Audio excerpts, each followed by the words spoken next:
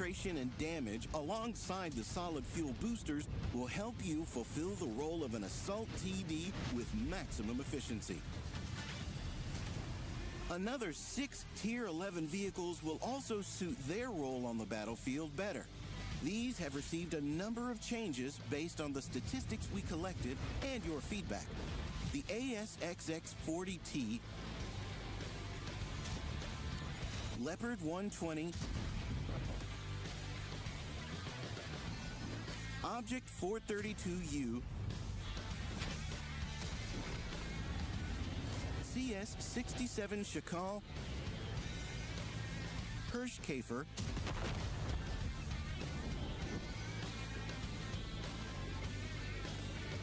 and STRV 10712 have had their characteristics improved. They will be even more comfortable and effective to fight in. And now you can keep track of your achievements in combat on the battle results screen via the special Mission Progress tab.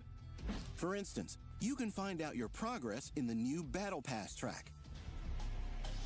There's a legendary addition to the ranks of World of Tanks.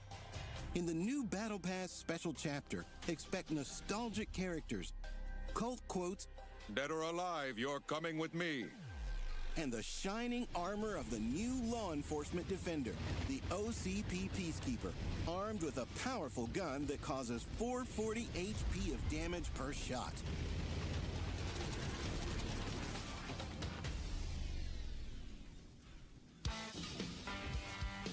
Important updates await you in the latest installment of Onslaught. You'll find expanded statistics in which you can see your progress for each day of the season.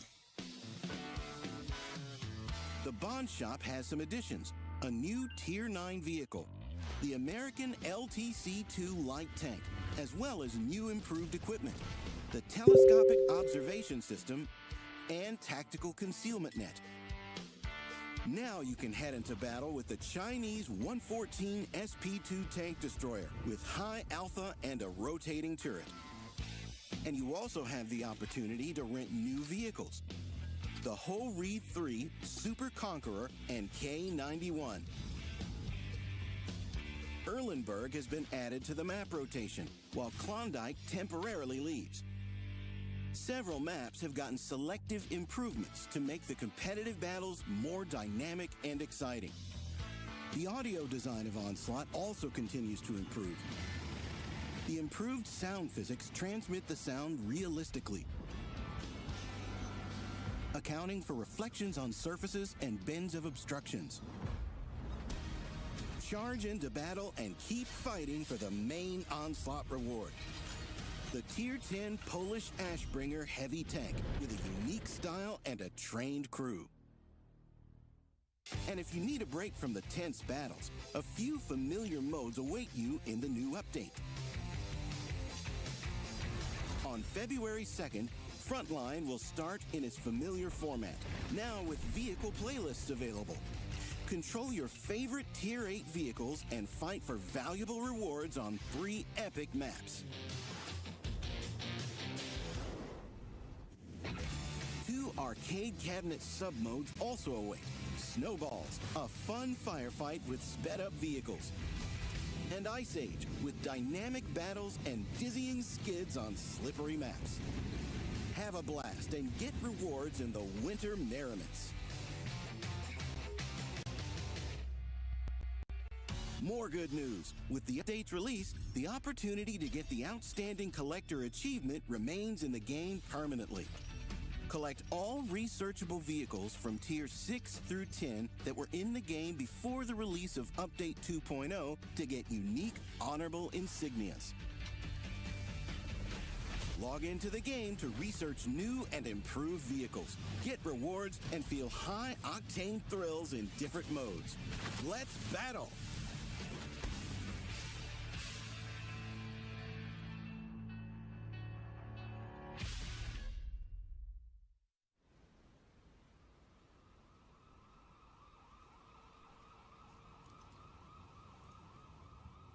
Welcome to Media Break. Good evening, Delta City, gangs are running wild as violence spreads through the streets. Officials assure citizens that Omni Consumer Products is working on a solution. We know how to deal with crime. The OCP Peacekeeper. Ready to know more?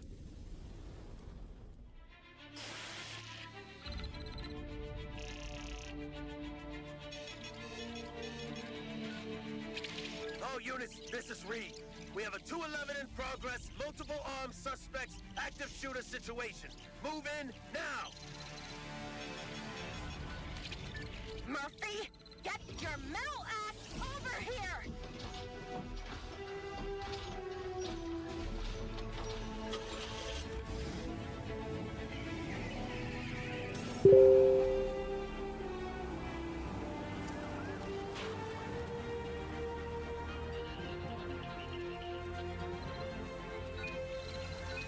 RoboCop, OCP is sending you reinforcements.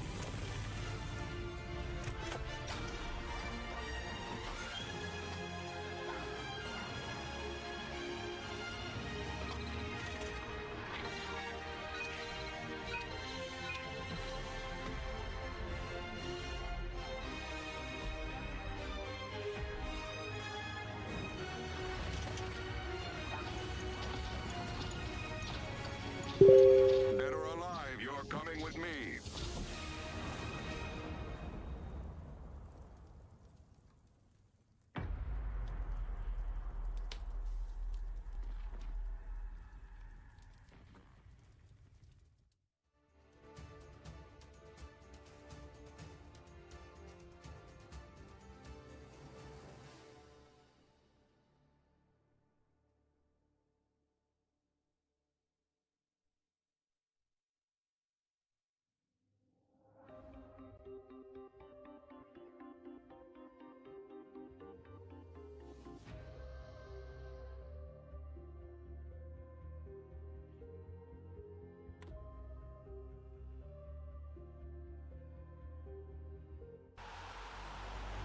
DM with the readjustment here. Is Illusia going to get another shot in towards the lower plate? Yes, that means one shot on towards the E50M. Is XC-Max going to pick it up? Good shot in towards the Cupola. It is the 1v1 we've been waiting for here, and he does it. The OLS Season 5 is already here. The best teams are ready to head onto the battlefield. Who will you be supporting? Root for your favorites, follow their journey, and stand by them. With you on their side, they'll be unstoppable. You take hits together with them, and that means you go all the way. Behind every vehicle is a personality, whose quick thinking and precise actions can change the outcome of battle. Victory is 100 shots and maneuvers, plus 1,000 emotions on the other side of the screen.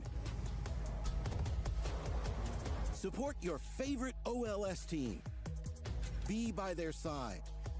Together, until victory.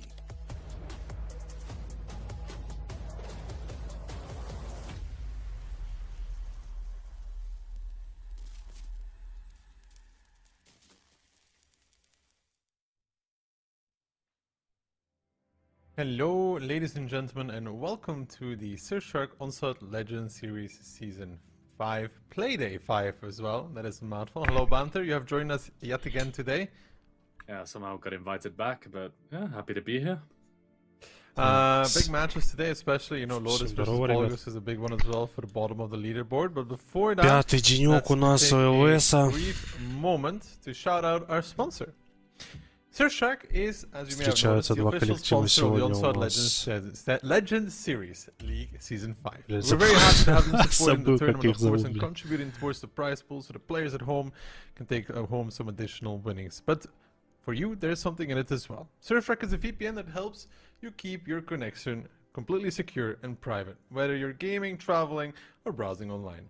It works on unlimited devices, which means that when you get one subscription, it works for your phone, your tablet, your second tablet, your 15th phone as well, and it's fast and easy to use, exactly what anybody may be looking for. Surfshark has prepared a special offer specifically for you guys at home. Just go to surfshark.com/OLS and use the code OLS at checkout to get 4 extra months of Surfshark VPN. You can find all the details through the clickable banner. Одиссе против Вульгусов сегодня у нас дерутся. Мафия против Кошей. Наверное, самый интересный бой. Добелио против... it's important for both. I mean, we saw yesterday Lotus finally kicked it into gear against Weekend. Vulgus had less than enjoyable time, but this is a really important match. Like, this is do or die for Vulgus. Not completely do or die for Lotus, but it's still very, very important points. Like, this is a clash at the bottom. If Lotus wins this, right, then they're going to be on 7 points, I think, right? It will be very much, I think, basically it's impossible for Vulgus to catch up. And I think Weekend, are they at 1 or 0 points? I need to double check. Такие вот залутают бабулёсики наши коллективы за первое, второе, третье место. Have just not had a good season so far. And is it actually confirmed it's impossible for them to go through now? Что-то даже пятые, шестые, седьмые залутают. Нормально. Тоже приятно. Yeah. So again, this is like do or die completely. Basically, if Lotus wins this, then like if Lotus wins this with 3 points, then they'll be on 7 with Weekend and Vulgus being on 0 each, which means that Weekend needs to win all of their matches to make it through. Yeah. Tiebreaker wins is not enough. Like they could get 2 tiebreaker wins and 1 regular win, and then we go to round difference. Not something you want to bank on. So if Lotus wins this with clean 3 points, they are throwing a really good bet towards that stage 2. Yeah. So again, today very important for these two teams. Very important for your tokens as well. If you're making your way towards that Canonian Yak Panzer at KV122 as well, 5 tokens today. Next week we're only streaming on Tuesday. Keep that in mind. We also have the Sunday stream before that. Here we are, the standings. We're talking about на первом месте по очкам пока у нас Мафия, на втором Кэши, на третьем Хит-Пи, Добелио, СТР, Одиссе и Вульгус на самом последнем месте. Правильно? Impossible for Vulgus to overtake it. They wouldn't be the first team locked out. If Weekend today don't pick up at least a point, right? They need at least a point to stay in contention. Then they're also out. Like if Weekend and Vulgus lose, it's Lotus confirmed, and Weekend and Vulgus will be, well, not making it to stage 2 and be departing us. Yeah. So Lotus will be watching, well, obviously playing this game and then watching Weekend's game intently to see if they get that automatic qualification. But I mean, for Lotus, it's like they just need to do what is expected from them to beat Vulgus, and if they do that, well, then they can start looking towards the future. Yeah, exactly. I mean, that's at least for these lower seeded teams, that's the main objective, right? You want to at least get to the next few play days, get some punches into the more established teams, and then see if you can make it through, and that's what Lotus have done. So match day 5 will start with Lotus versus Vulgus. Then we have Mafia versus Cashback, which is going to be a very interesting match as well. W versus Weekend and Hit versus CTR, also very interesting.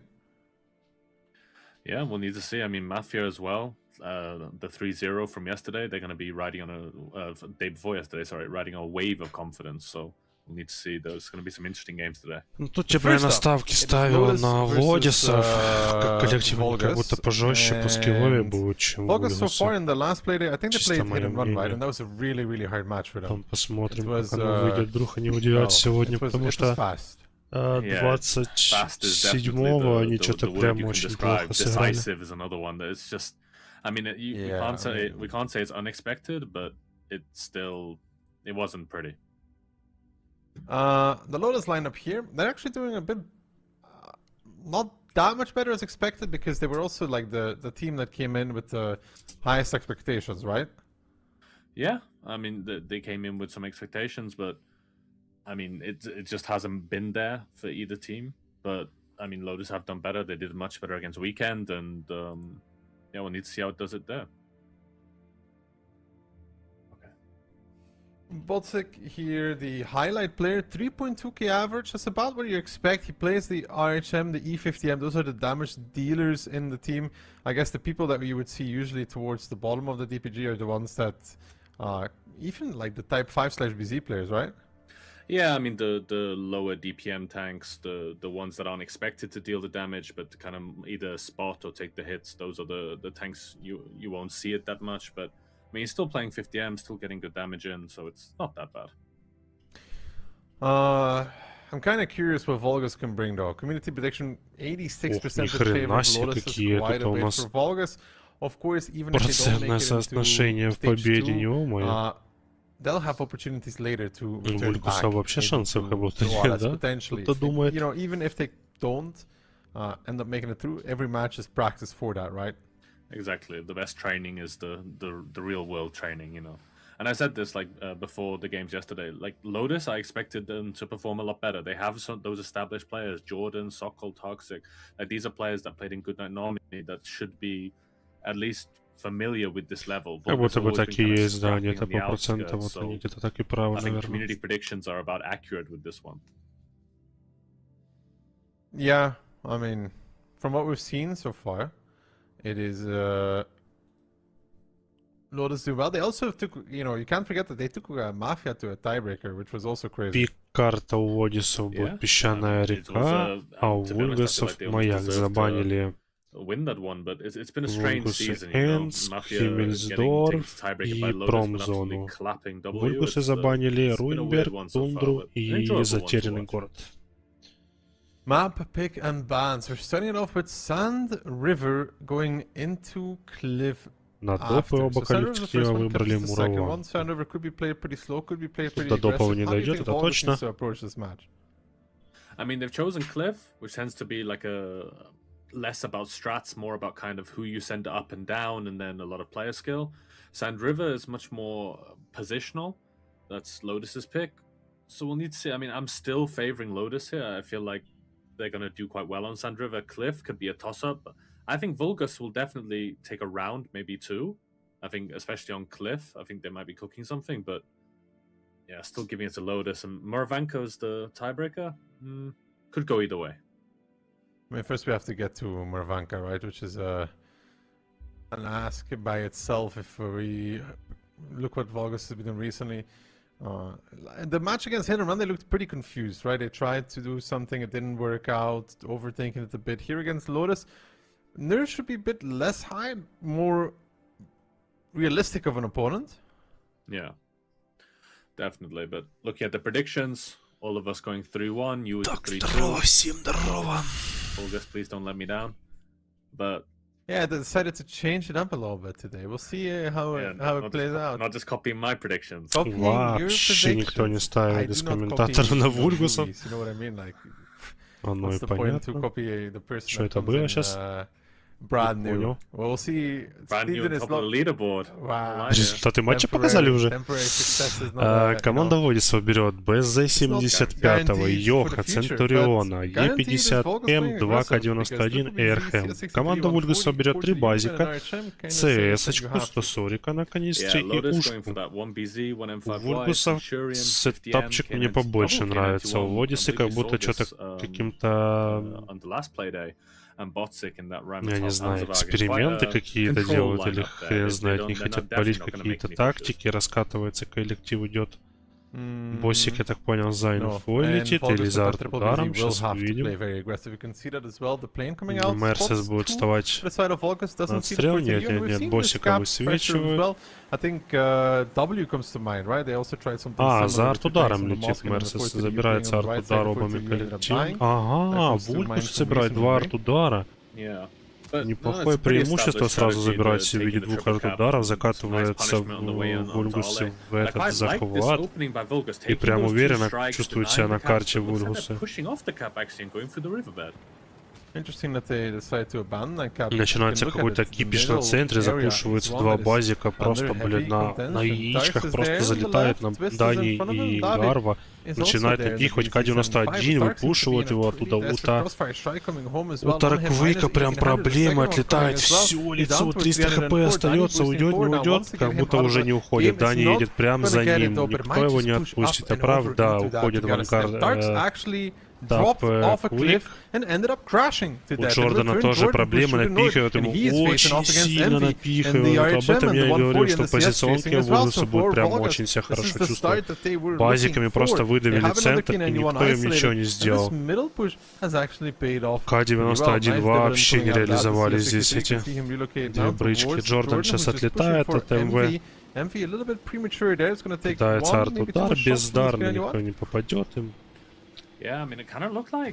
Плюс еще ЦС, когда Джордан уходит в ангар, и остается команда Вульгус 5-7.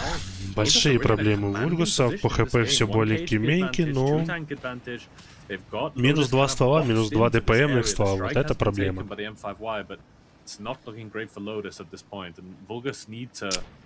Как будто Лодисы от этого уже не оправятся никак.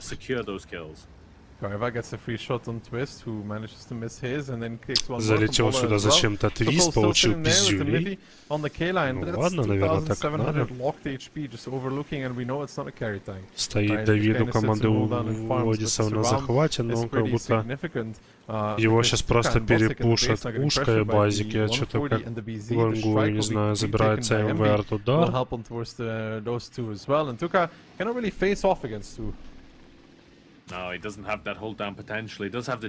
Не попадает по боссику МВшка, видно. Толка отсюда уже не уходит, да, не давать будет ему поплевуху. Ой-ой-ой, сзади получает и все, да, Толка тоже минус. Очень хорошо отжимает карту Вунгусу, прям очень понравился этот бой. И Толка в ангар, прав? Нет, успевает выйти с арт-удара, прям повезло. Ну, Дани его... А Дани не добирает шотного, почему? А почему не добираешь? Типа потому что он никуда не денется, да? В принципе, правильно. Толка живет, как же долго Толка живет. This all comes to the back of a wasted strike by MV in the RHM, and now Tuka is like, okay, I'm still alive. Боже, да добейте этого Толку, сколько можно его убивать? Doesn't get the kill either on Tuka. Sokol will die, but the closing moments for Volgas is not as clean as you would have hoped. But the initial advantage. Убивает базика Давид. Давид не выдерживает напора, и да, это первая карта с Вульгусами. Прям отлично Вульгусы сыграли, но я прям аж охуел, если честно.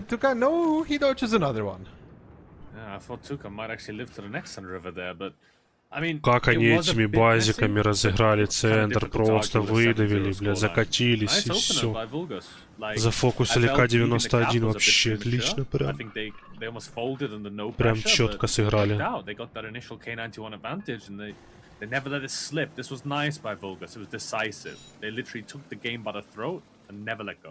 И я напоминаю, это пик команды Лодисов.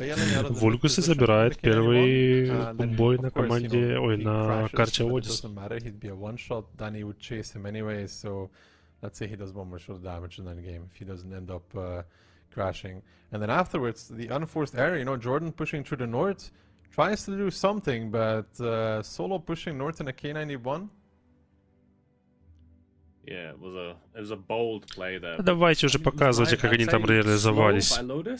Nice and decisive by Vulgus, taking the fight to the enemy, and yeah, you're completely right that the K91 should not get caught there at all. Like Toxic should not get caught. В принципе, нормально все постреляли, просто вот видите, базики зарешали вот этот в центре, блядь, мув. Прям красиво, плюс еще железо больше, железо активно. То есть это тоже зароляло нормально так. This is also true, but I mean that's a skill in of itself, right? Keep those one shots alive. Sure. In the game.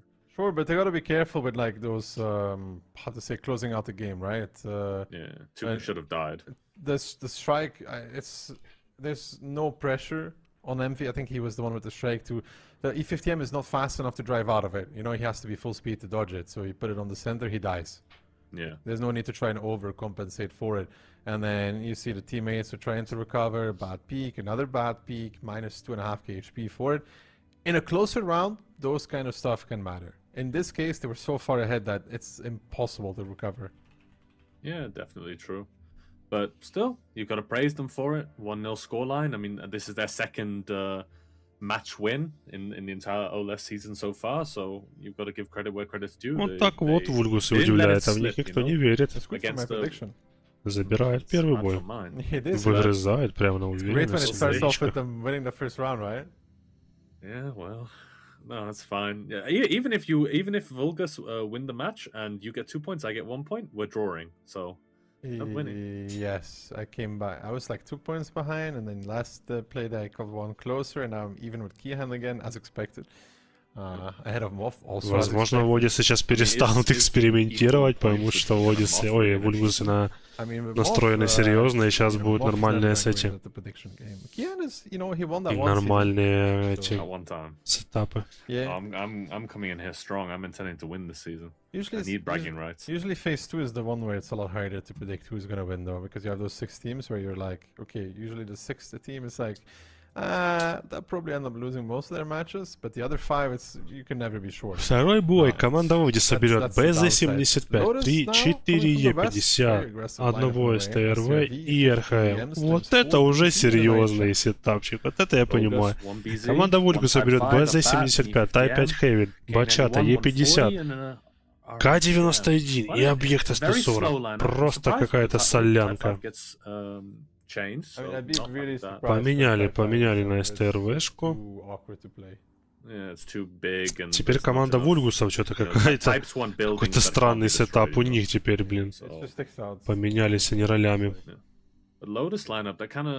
Tells a K-line push, no? If you take this many 50Ms normally. Like that's a cashback, right? They also play heavy K-line around it. We saw them dismantle.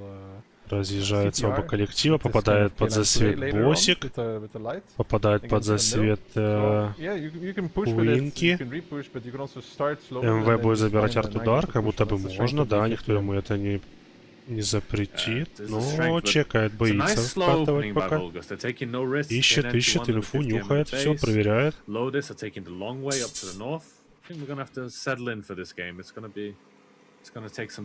Давид получает пичку, только я не понял от кого, наверное от РХМа, да? Где-то опиздюлился, короче, Давидик, увидел где.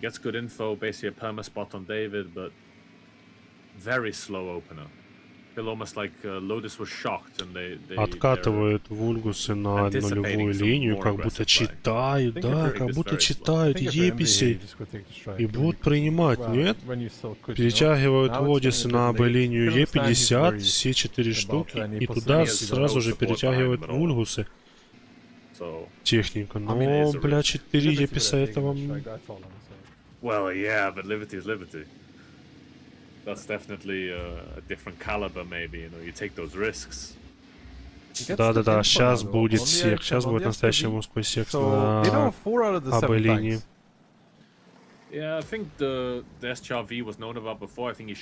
Кто там, К-91, бат и Е50. Что-то не хотят они укатывать на Е50. Хотя в инфе не все были.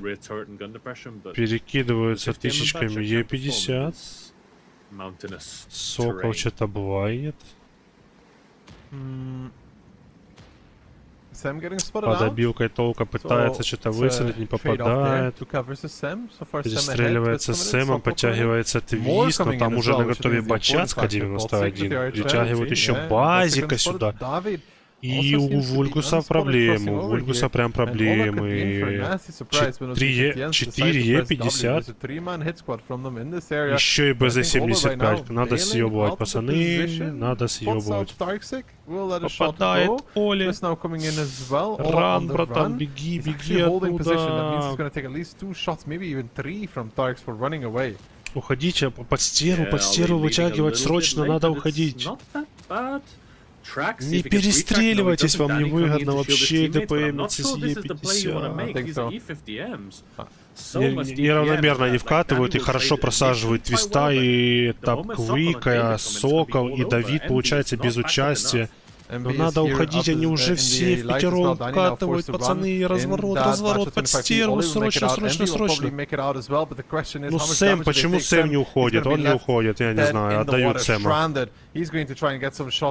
Решают пожертвовать Сэмом, чтобы ушли остальные. Боже, бедолага, просто разорвали. Но зато у команды Вульгусов под этим, под контролем вся карта. Вот это плюс, забираются арт-удары. И вот это двухтысячное преимущество команды Одисса вообще ничего не роляет.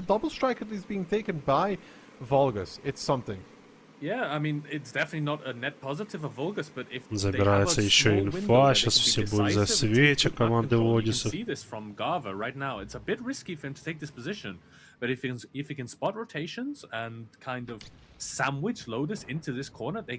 Плохо только, что по первой и второй линии никто это не контролит, и могут там занять позиции, потолки не попадают.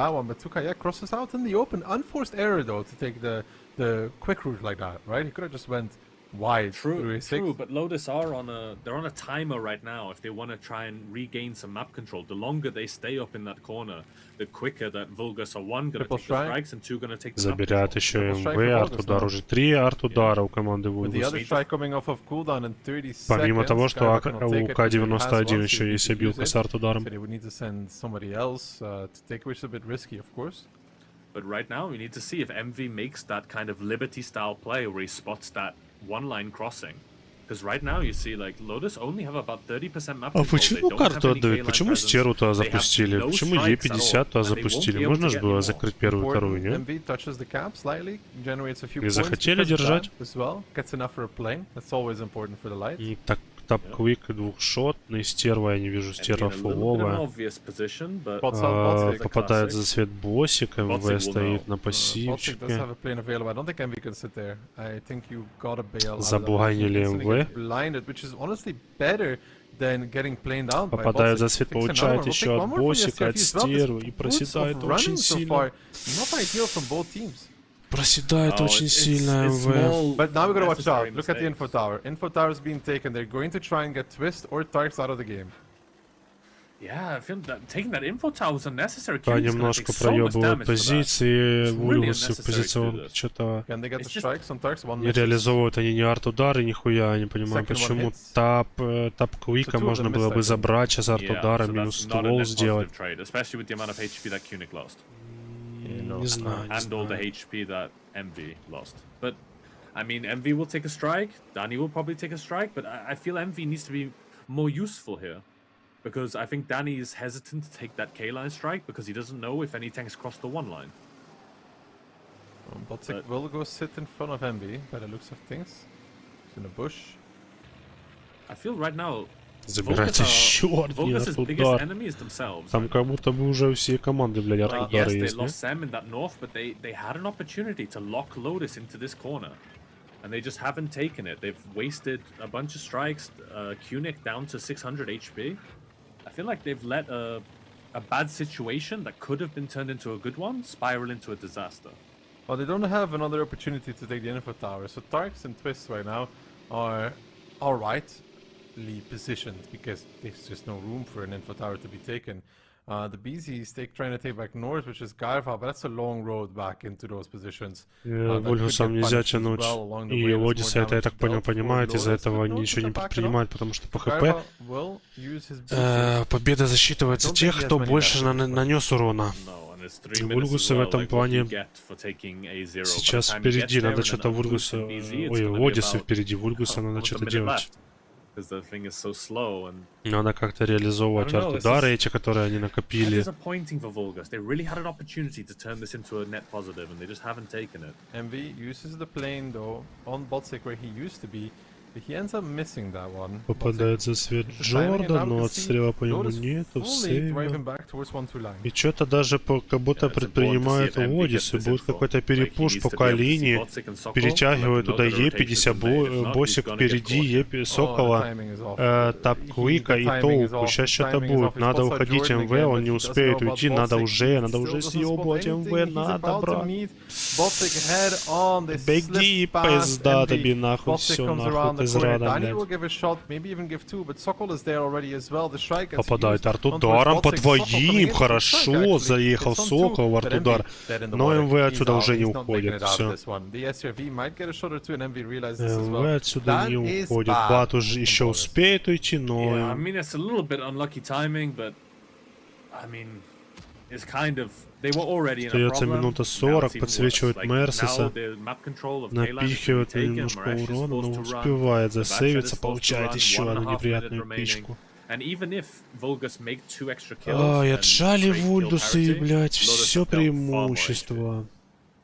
И арт-удары не помогли, и занятая почти вся карта, блядь, нихуя ничего не зарешала. Oh, for sure, but still, Volgus needs to get 2 kills somehow. It's not happening. Все хп на Гарве. Проблемы у Вульдуса проебут они по хп. К сожалению.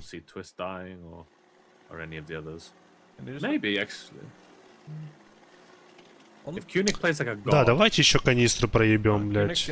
Да, вот не хватало канистры проебать Вульдусу, и все, и хватит. Пизда Квинки. Гениальный мув, блядь, отдать канистру нахуй, когда остается 40 секунд и надо, блядь, вливать урон. Просто гениальнейший мув. Не басик отправить, а канистру. Охуенно. Да. Растеряли здесь Вульгусы. Отдали преимущество большое и проебали по ХП. К сожалению. It doesn't make a difference at this point. They're even sending in the STRV. It's been promoted to assault tank destroyer. I mean, all 68103B. Without any planes, without quickly realizing that where the rest of the Lotus team is. No surprise there. HP for info. Yeah, well, it's going to be Lotus to lock in the second round, playing around that kill advantage and doing a good job at it. Yeah, but I still do feel Vulgus had an opportunity to lock in this corner. If they had kind of taken G1 and also maybe had the BZ in the lower riverbed, I feel like there was a moment you could lock them in a 25% map control, like kind of square. I feel like the BZ has to be the one boosting into the base, and you need to get the STRV on the dunes behind him, because the BZ is the only thing that can hold the base. Anything else, they don't have the tanks for it.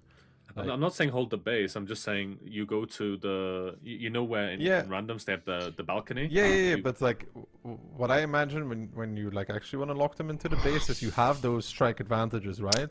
В обоих коллективах БЗшки сыграли бы One, День выстрел. Вульгус 140 плохо реализовался, Стерву тоже плохо раскрутили.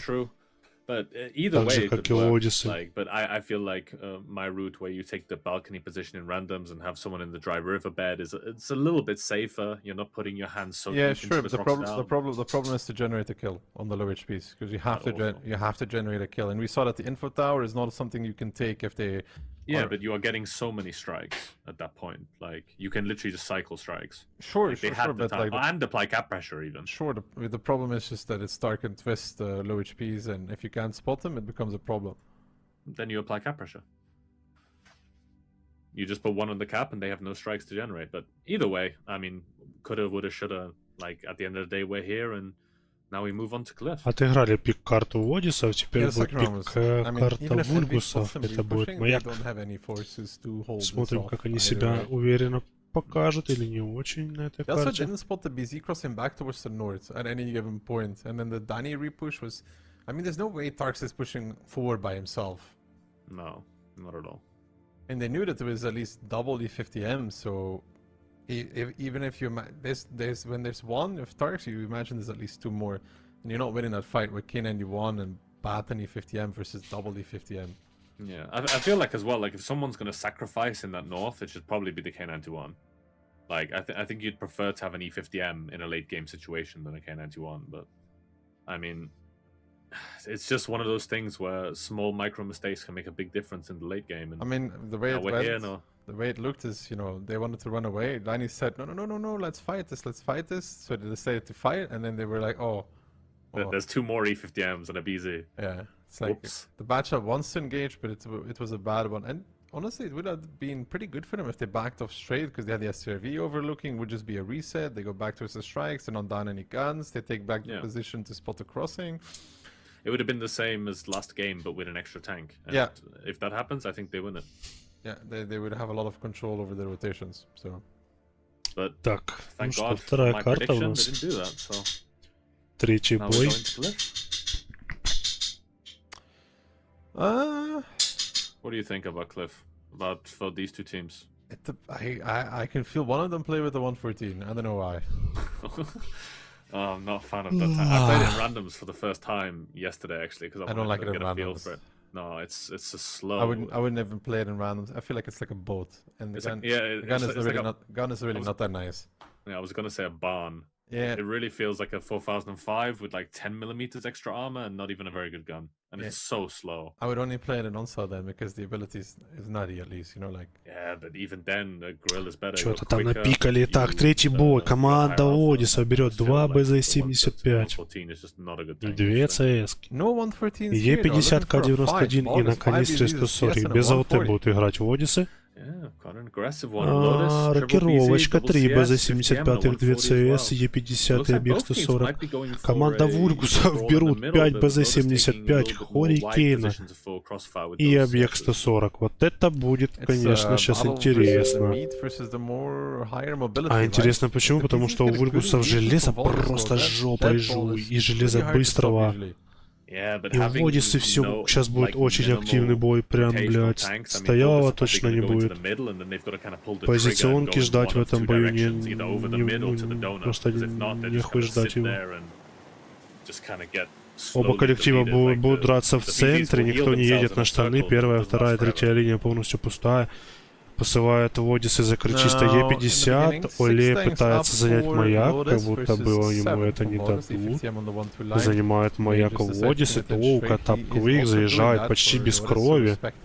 Очень хреново, что отдали маяк. Надо туда просто съебывать. На перекате получает Гарва, очень сильно получает. Ой, Гарва не получает, Дани получает.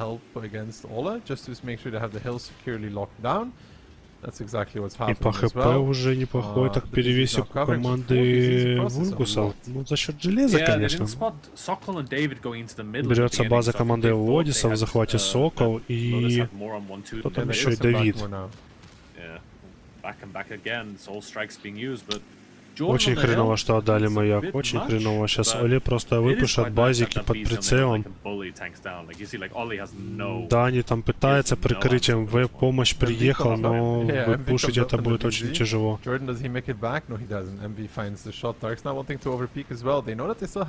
Начинается коптилка, на маяке скидается арт-удар, но тросик и Джордан уходят, не попадает арт-ударом команда Вульгусов. 3000 по хп плюса, кидается еще один арт-удар, попадает по Тап-Квику и Джордану, неплохо, кидается арт-удар от команды Одисов, начинается в пуш. Вульгусы вкатывают маяк, начинается коптилка, Тоука зарубился с МВ, кидается еще арт-удар по Джордану, попадает.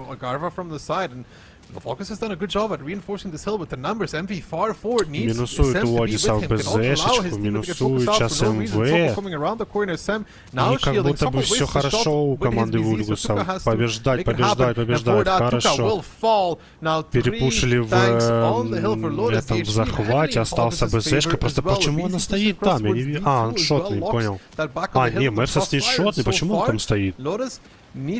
Надо помощь с Еписем, ну, он же знает, где Епис, почему не помогает?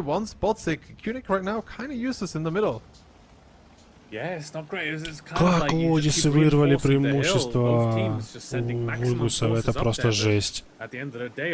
Сокол забирает Сэма? Не забирает? Выцеливает? Ага, понял, Гарву решает дать.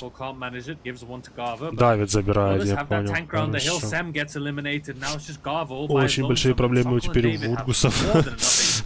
Вот это переворот, блин. Мерсес забирает арт-удар, но как будто он уже не поможет. Sam doesn't get to do his shot either, you know, like he's hiding so much, he doesn't get to shoot. Baltic dies to strike. Забирает наконец-то Е50 этот Мерсес. 5500 на 5000, 3 в 4 остаются Вульгусы. Практически двухшотный Дани. Все хп на Мерсесе. И на канистре. Ну хорошо, что канистра живая еще, но они могут сейчас пушить в канистру и все. ЦС, когда этот додавили, все.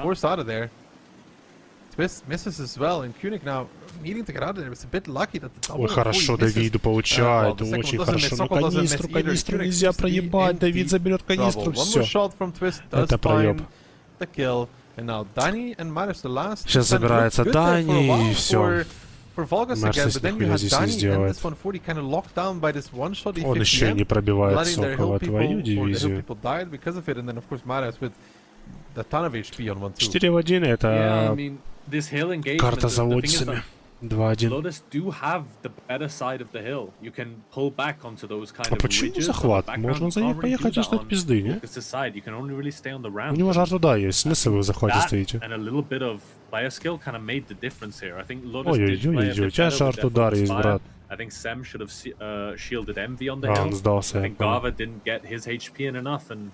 It was kind of an equal fight on the hill, but Lotus just inched it out, and because they have this hill in the late game, it allows them to have a scoreline that's not really representative of how the battle went, but still a good scoreline in terms of HP. I mean, 2-1 there for Lotus. Some good mini strikes coming out from them as well. Seem to be a bit more efficient with their strike usage compared to. Бантер, что у тебя, ты что не видишь, у тебя вебка расфокусировалась? Ёб подает, это, бля, ведущий, я хуею. Что это, блядь, за мыло?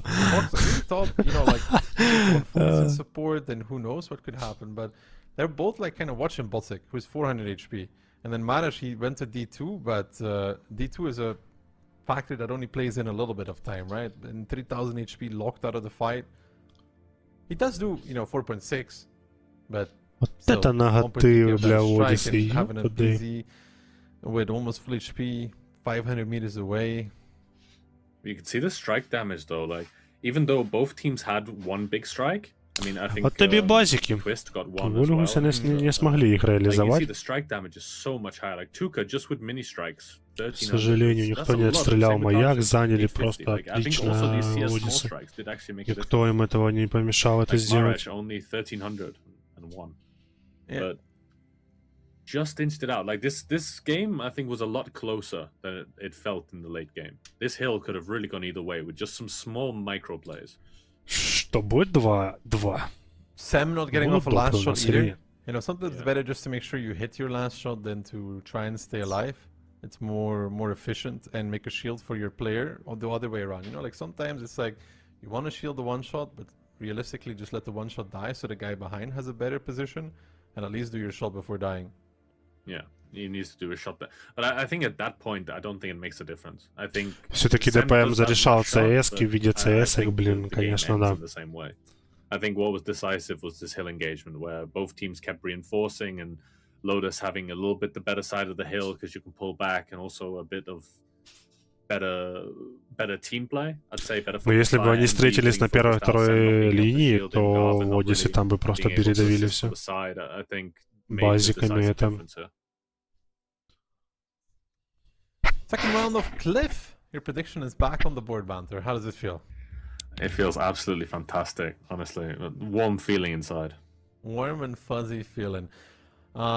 Cliff is technically a bit of a coin flip, though. If both teams decide to play aggressive, the opening matters a lot. And, the opening there for Volgas was also not great, sending 4 BZs across, a bit too much. Yeah, I mean, it was based on a lack of info, though. I think they didn't see the 2 BZs in the middle. They thought they would have been on 1-2, so they wanted to reinforce 1-2 with a lot, but then... Так, ну что, третий бой у нас. Вторая карта. I don't think that was decisive. They crossed with 4. Что там напикали наши коллективы? The ones who came back didn't take any damage for it. And the one that took damage on the way would have taken that damage no matter what happened. So, yeah.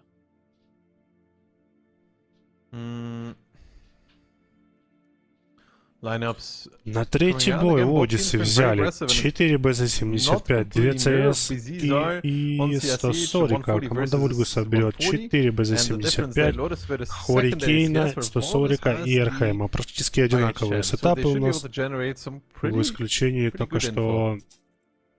Yeah, Вульгусы играют в ЛТ. В одну ЛТшку.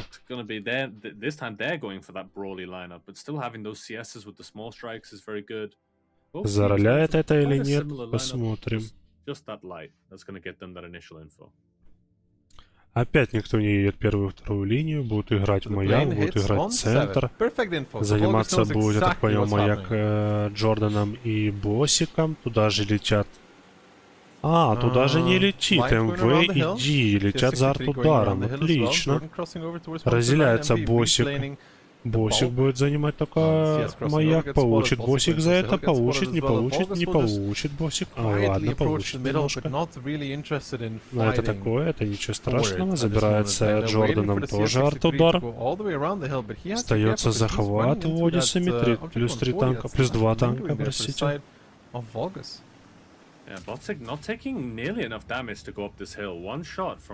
Ой, Хорикейн залетел, что за позиция от Хорикейна. Твист это читает и не дает ему активно играть там. Хорикейна отрезали, начинается перепуш. Ой-ой-ой, Водисы полетели, кидается арт-удар.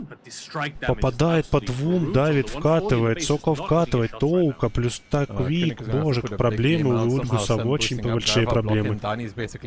Канистры нету, Хорикейн начинается рубиться с 140-ом, очень большие проблемы. Он просто проседает, какие-то куски отлетают у Ульгуса, в это жесть. Тапквик уходит, Карва тоже уходит, да? Уходит, 2 в 1. Ой, 2 в 1, 5 в 5.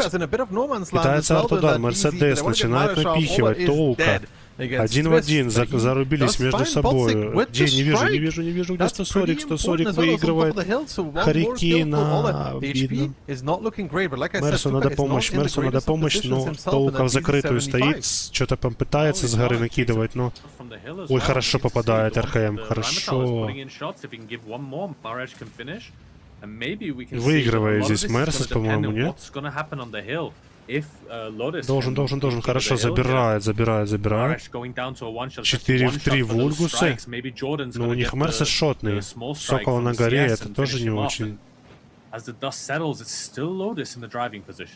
И забирает арт-ударом, бля. 3 в 2, твою мать. Надо забирать Джордану 140. Надо забирать МВшка, что-то. Это 3-1. Обидно. Рыдзается Куинки. The CS goes around the hill, so they overpush into Vulgus, and Vulgus do have those better positions, the 140 in the back. I feel this should have gone better for Vulgus than what it did. They have the better side of the mid, the more defensible side of the mid, and just couldn't really make it work. But yeah, at the end of the day, Daki, my prediction is correct. Ой-ой-ой, на 3-1 for... I'm incredibly happy. Забирают Водисы, выдирают просто с пик Вульгусов, забирают в сухую их на ихнем же пике. 3-1. W versus Mafia, right? Where people are split. Well, W Mafia was yesterday, and you got the prediction right. Обидно, тильтанули, наверное, после второго поражения Вульгусы и... We were split across. I'm trying to remember which one. It wasn't W Mafia. Let me have a look. I've got it up. Ну а у нас следующий коллектив. Кто у нас дерется? Мафия Кэшбэк. Вот это будет очень интересный матч. Оба коллектива нихуя так сильные, блядь, особенно Мафия. Кэши тоже не пальцем деланы, так что будет матч интересный.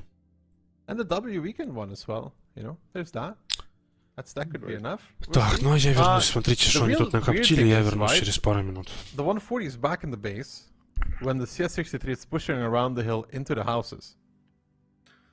Yeah, but I mean, you can see the damage. Like, Kunik had a lot of time to shoot, and I saw at least 1 or 2 missed shots. I mean, it's a 140, it's low alpha, high reload, so it's not devastating, but I think it does make a difference. Because then, like, maybe... he's definitely missing. Our edge doesn't die. He's definitely missing out on some shots because he's in the base. For the start of the fight, he's in the base, so he's losing.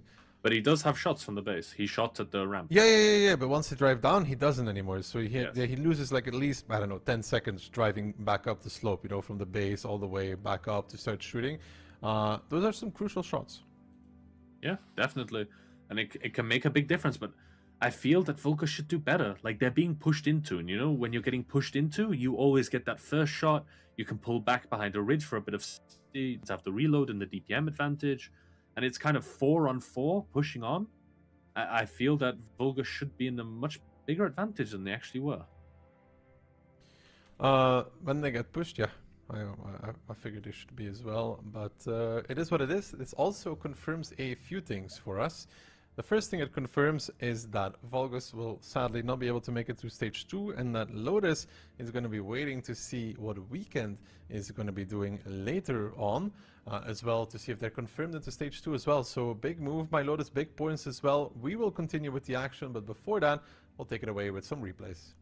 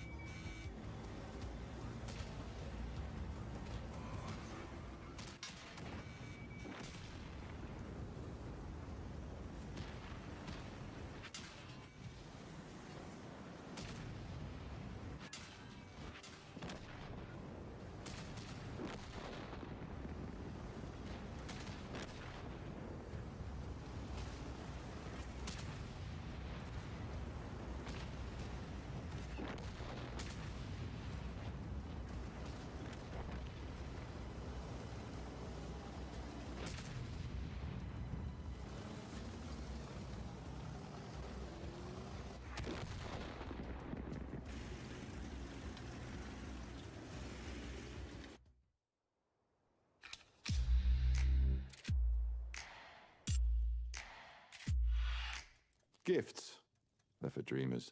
Deals, take the shot.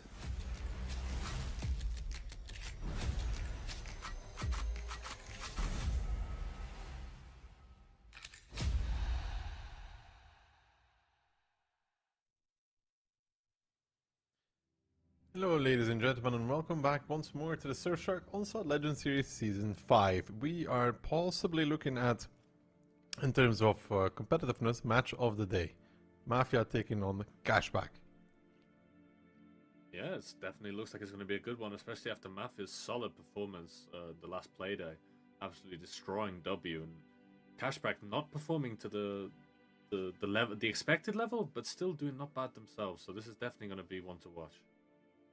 I mean, Cashback's at 10 points right now, shared with Mafia and Hidden One. The thing is that this will again create a little bit of a separation on those top 3 positions. Whoever wins this will, together with most likely Hidden One. Let's not sell it before it's actually done. CTR has a chance, but we're predicting Hidden One to come out ahead in that one, right? So again, that could. But most of Cashback's points have come from the lower teams. Yeah. If I'm correct with that. So I need to see again. They lost against W. They beat Weekend. They beat Lotus. They. Lost against W. So they lost on the first play day against W in 3-2. They had 2-0. Then W came back. Then they won against Weekend 3-1. Then they beat Volgus, and then they played CTR. So they've had all of their weaker opponents. So they have Mafia, Hidden One, and Lotus. Yeah. So. No, they haven't played Hit and Run. No, they haven't. So they played Weekend, Lotus, Vulgus, and W. And W are the highest seeded team they've played. They've lost. And Mafia hasn't played Hit and Run either yet, though. That's for the last match. They might actually decide who comes out victorious out of stage 1. Yeah. Small things, you know. But not that it matters that much, but it's all extra points going into stage 2 because we know it gets a lot tougher in stage 2, to be honest. Yeah, definitely. There's less easy to predict what the points are going to be, and no one's weak in stage 2, you know? There's no new blood. Predictions get harder as well because it's best of 7s. Yeah, that's why I'm getting my advantage now. But it's usually like the playoffs really decides the prediction game.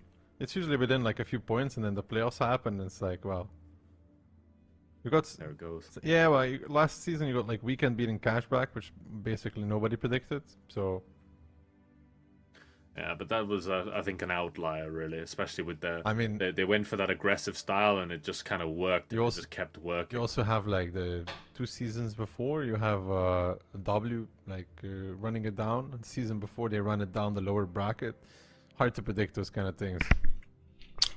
But yeah, looking at the maps, Mafia choosing Himmels, второй бой у нас. Встречаются у нас коллективы Мафия против Кэшбэка. Забанили Мафия Муравангу, пикнули Химки. Забанили Руинберг и Тундру. Кэшбэк забанили Энска, пикнули Маяк. Забанили Промзону с затерянным городом. Песчаная река на допах.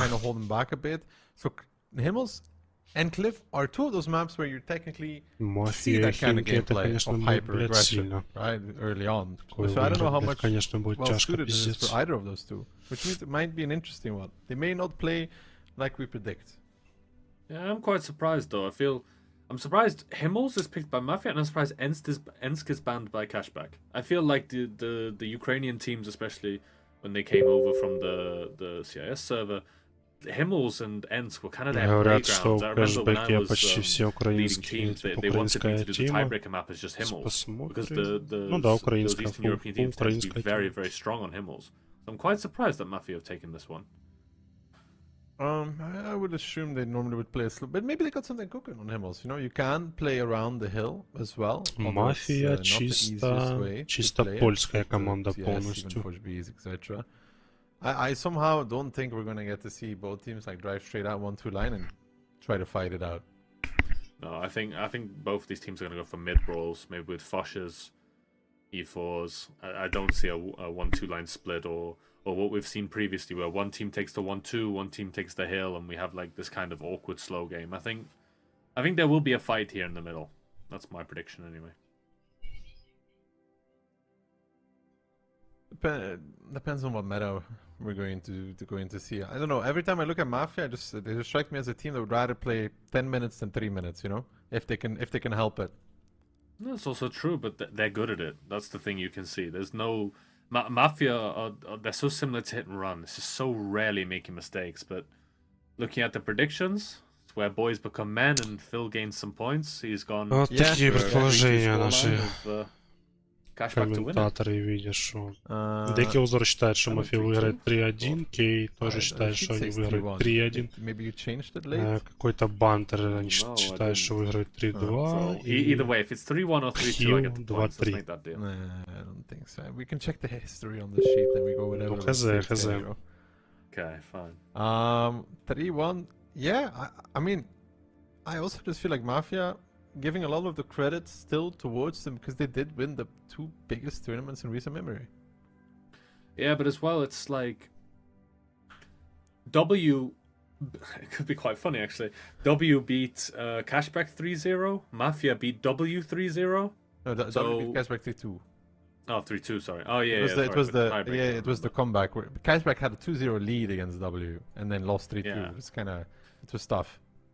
Yeah, it's the standard W, you know, the full reverse sweep. Seems to be their order of the day every time. But it'd be quite interesting if Cashback beat Mafia, because then we have parity. All 3 teams will beat each other, but right now it does just feel like Mafia is stronger. Even though they have struggled against some of the weaker teams. I'm just curious to see what kind of lineups что-то долго они там выбирают сетапы, думают, блин, не знаю, сколько на это время дается, но что-то прям готово не тянут. BCs, kinda, or E4s. If it's E4s, we'll definitely see some slower style. Yeah, I mean, I'm just thinking, you know, chewing it over in my head who's going to take what, and I'm now starting to rethink my answer of a mid-brawl, especially with Mafia. I feel maybe it's going to be more E4s, the order of the day, and Cashback are going to make an aggressive play. I mean, it's hard to predict because they could both do it, but again, like you said, it's all about lineups on this map, especially Himmels, where depending on the lineup you'll... Так, определились наши коллективы. Команда Кэшбэк берет 2 БЗ-75, одного СС-7, 140, 3 Буйски. Команда Мафия берет 2 БЗ-75, 2 ЦСки и 3 Е4. Yeah, going for that aggression. Интересно. Cashback, double BZ. Where are we? Double BZ, 2 CSs and triple E4. Looks like Cashback want to actually play the solo lineup. Mafia want to go for the aggressive play. Yeah, interesting. Yeah, well, Mafia has to. This lineup is, the way it looks, it's either straight down middle, but most of the time it's played around 1-2-3 line. Очень интересно, что с этого выйдет. Близки, как они реализуют. Мафиозники, я думаю, их реализуют толково, это точно. Как это все будет принимать Кэшбэк. We'll need to see on their openings. Double CS going towards the hill, Akka towards the mid, and the rest to 1-2 line. Команды Мафии никакого занимать не будет. Банан пуш будет близковицы. Первая, вторая линия занимается командой Кэшбэк. Растягиваются немножко мафиозники. Занимают арт-удар. Не так будет забирать инфу. Камедуза засвечивает 140. Пруфус, Вульфея. If you think there's a lot to take the information here, that could be huge. They're taking the information, they will know the double CS63 is on the hill. And how does Mafia react? I think they want to go for Akka off of this. And Akka now realizing there's Blitzkowitz behind him. He's going to have to sit in that window. Мафия пушит, перестраивается, чё? Какая Камедуза! Камедуза под опасностью, бедная Камедуза, 3 Буйски, надо менять, Йова вкатывает. А куда вкатывает? Зачем Юз вкатывает Йова просто под все стволы? Кэшей. Буйски просто на плохо кидают Камедузу и летят помогать базикам, вот это да! ЦСки накидывают, не хватает ЦСок, не хватит ЦСок, надо спускаться, надо срочно спускаться, пацаны, Буйски, боже. Как они вытирают этих Е4. Вот он Буйски, блядь. Просто пиздец. Смотрите, уже... Как они расстваливают, твою мать. Они просаживаются нормально. И это... Блядь, ебать, это без ЦСок, охуеть. Вот это Кэши хорош, вот это приемочка, молодцы. Кидается арт-удар, Кэшей.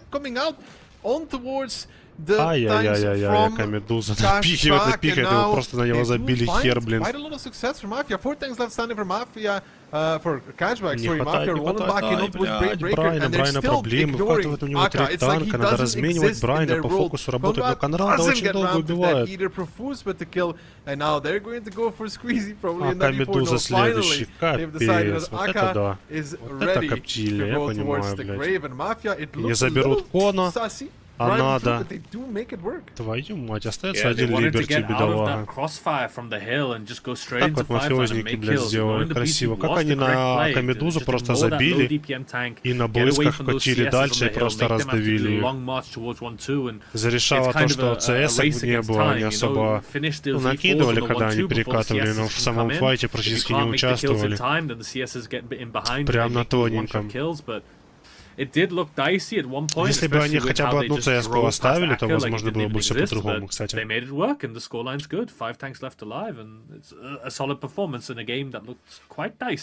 Вот он и близкий. Е4 хорошо, но они хорошо в позиционке. 1-0 за Мафией. Очень тяжко кэшам было, тут очень тяжко. Ну понятно, пик Мафии, блядь, никто не сказал, что они будут легко его отдавать. I do think though taking maybe because the CSs were split on the hill. I think they were focusing the Bliskers. I feel taking 2k in the face or 1k from behind. I still prefer the 1k from behind, but at the end of the day, they win the game. So. But I think if they wait 5 more seconds, they're all just driving and the CSs are shooting like once or twice, but not really able to focus that well. But of course, you know, this lineup from Mafia has so much DPM with the Bliskovitzes, right? And the big difference there is вытерли, видать, сразу эти... In the 140, that's 4.7. Блисковицы укачили, видать, первого его забрали. Бедолага в одну тычку. And the Inspire, right? If you look at the Cashback lineup, no Inspire, and the E4 is not high DPM. The BZ is not high DPM. The CSs are fine, and neither is the BZ. So the 140 really helps this Mafia lineup as well to amplify the Bliskovitz's DPM even further. Yeah, just that straight like buff is just so valuable in this type of setup, especially when you have a lineup of. Не контрятся эти блисковицы, блядь, на любом iOS. На прошлом iOS они, блядь, давали пиздюлей, я помню, СТР удивляли там. Тут Мафия берет, но Мафия их реализовывать хотя бы умеет. They just can't punish those Bliskers enough as they're running towards them too. They're the highest on damage, but it's simply not enough. And once you get in their faces with the Bliskers, yeah, you take that initial damage, but if you don't lose too many kills early, like they kept YOLO alive, they kept the Bliskers alive, the focus fire just wasn't there for Cashback, and they can make it work with the higher DPM. So it was a nice game by Mafia, actually. Solid stuff. And they played a hyper-aggressive setup. And, you know, Cashback doing what we expected, but E4s, they cannot handle the heat. They couldn't tank it. No, it didn't. Their lineup didn't look great to receive this Mafia push. I think the BZs, the double CS, they were very close though for Cashback. Like maybe even a bit too close, because to kill Aka, they would take a ton of damage from the CSs. Well, they went close to try and shoot the Bliskovitzes who were shooting Aka, but then they just ignored Aka and went for the E4s. So the E4s had to try and like reverse out of there, but they just don't have the reverse speed, so they get kind of caught, and then you make initial kills, and it kind of snowballs from there. It's kind of a mistake for Cashback if you look back at it, because if they do stop to kill Aka, the CSs will get 3-4 shots each. Yeah. But the thing is, like, the Bliskers went into 5-line. And the 5-line, they're safe from the hill. So I didn't just want the Bliskers to kill Aka for free from the 5-line, and then... I mean, sure, the Bliskers will be kind of stuck there, but they don't want to give a free kill out, so they go close and they kind of get caught, you know? Ну ладно, на второй бой команда Кэшей берет 2 базика, Хэви Т-57, одного 140, 2 близки и Фош. Вот тебе и Фош. Мафия берет 4 БЗ-75 из СА-7, 140 и 1 близкого. Зачем 1 близкая? Only Orzic and Prufus in the 140. Cashback does have that pretty significant burst, you know, with the double Bliska as well, with the Fosh B, the T-57. This time around, also the Inspire tank coming in for them. Yeah. to buff those double Bliskovitz's DPM even higher, but technically Mafia has better Inspire usage, right? Because 7 single shooters. Не едет в этот раз никто на гору, растягиваются они по городу, занимают команда Мафия первую, вторую линию. Базиками отжимает, будет пушиться от команды кэшбэк бананами, Медуза Литова занимает бананы и едет до Тао, встречает их там. Орзис на своей Блисковице дает инфу, попадает в инфу Литу, попадает в инфу Орбит. Probably has a slim shot as well, but he doesn't want to waste it at this point. Bono peeking out. They can run from Mindbreaker, and so far, Cashback with a pretty good setup against this. Yeah, they're countering that initial aggression from Mafia. They learned from their mistakes and they took a more back position, but there's advantages and disadvantages to that. Now Kodo gets the strike, they can maybe take that mid-strike, but попадает сквизив за свет на своей канистре. За 75 на броне тоже. They don't want to rush into things, they want to let Mafia push into them, make the crossfire angles. Кош в инфе начинает напихивать Кону, но одну тычку только. К сожалению. Ой, хорошо дает Брайн. Отлично. Просаживает. Still worth it though, for that strike. You can do a lot with that strike. Music relocating. А Камедуза с Лигом, а что-то задумали туда ребята, что это Базик забирает его. А, ничего себе. Интересно. Будет перепушиваться банан или что? Yeah, he is, looks like he is taking it now, especially with, guess not. That 140 is very scary, but no strike on Cashback's side. Очень хорошо себя чувствуют Кэши и Мафия, заняли очень интересные позиции, никто никому не уступает. So Mafia do need to kind of make a move at some point if they want to. Но вот этот прикол с базиком, возможно, сейчас зарешает, и Мафия что-то будет предпринимать. Yeah, literally. Like he would just get points on his ability, and he'd be able to fight Squeezy on hold down while getting cap points. There's no negative for him to take it, but. You see Kono reverse side scraping out, trying to get eyes on Liberty. По идее, сейчас должен Литл напрягать, да, Конрада. Хорошо получает Конрад. И надо что-то делать, потому что он сейчас просто будет разбирать Конрада. Это понимает Мафия, пытается выдавить Блиску с арт-удара, да? И возможно будет сейчас 1 в 1 размен. Ой, Блисковица выцеливает как-то там Юза, я не знаю, как она его там попадает в него. Пока Медуза приезжает на помощь, и у команды Мафии проблемы. Ой-ой-ой-ой, Орзес и Юск просто заехали в ловушку. Рексар пытается помочь, но ничем не поможет, уже заезжает еще Хэви. Вот это поворотище. 6000 преимущества.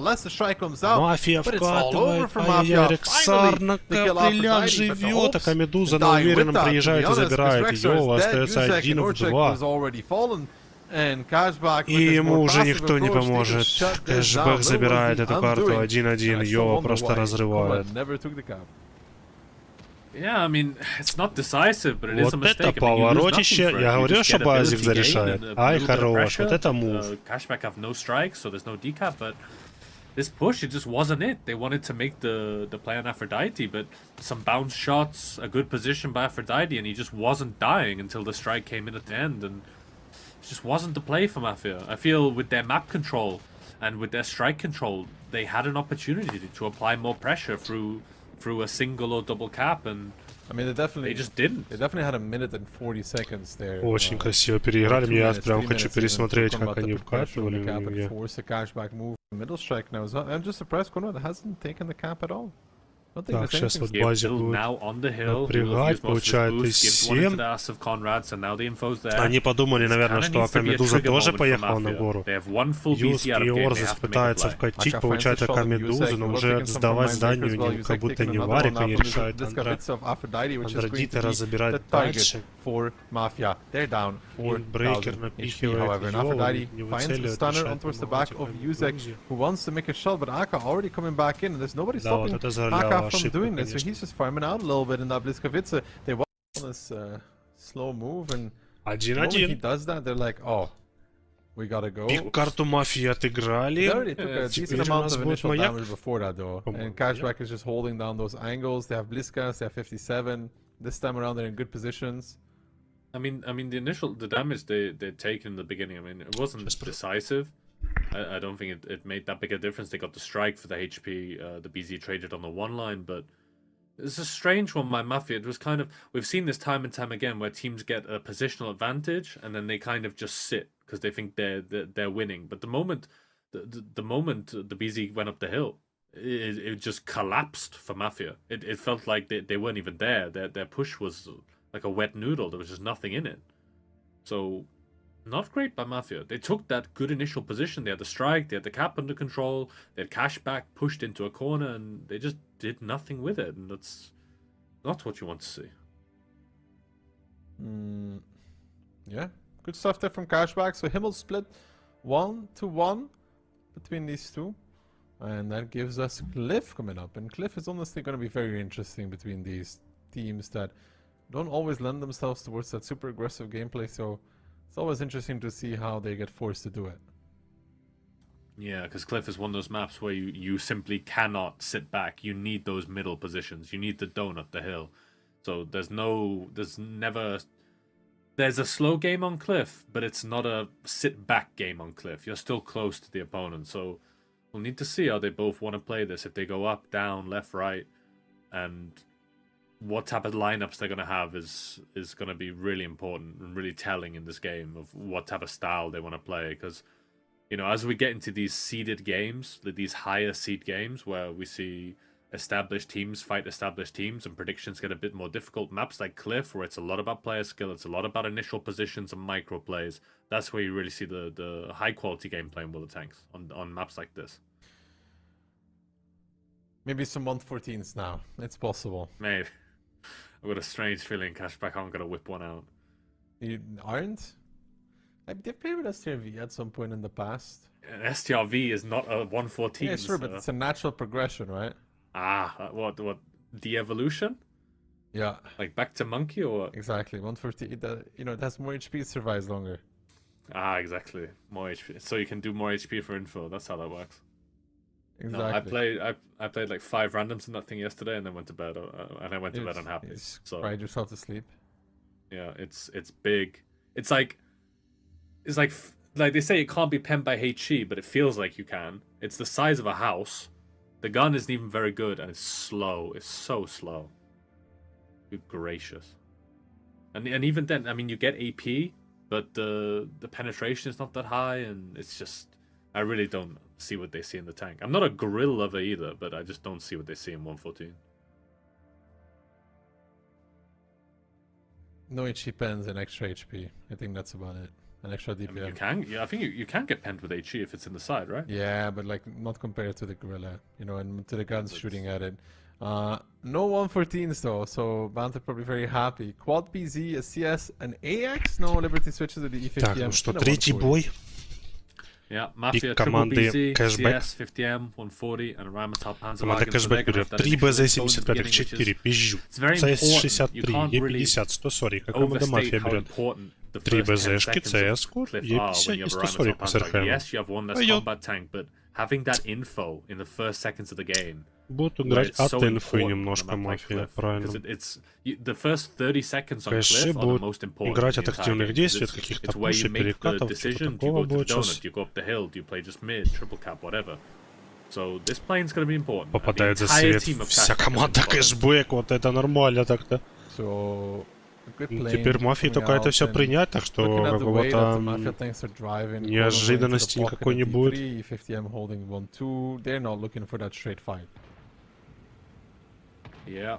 Не попадает оба коллектива по CS-кам, к сожалению. Сквизи пытается будет занять маячок. Базик идут на перетяжечку, Кона будет закрывать, у Кона проблемы, надо уходить на Кону. Она это понимает и уходит. Молодец. Но теперь они бросили 2 базиков, их могут спокойно перепушить.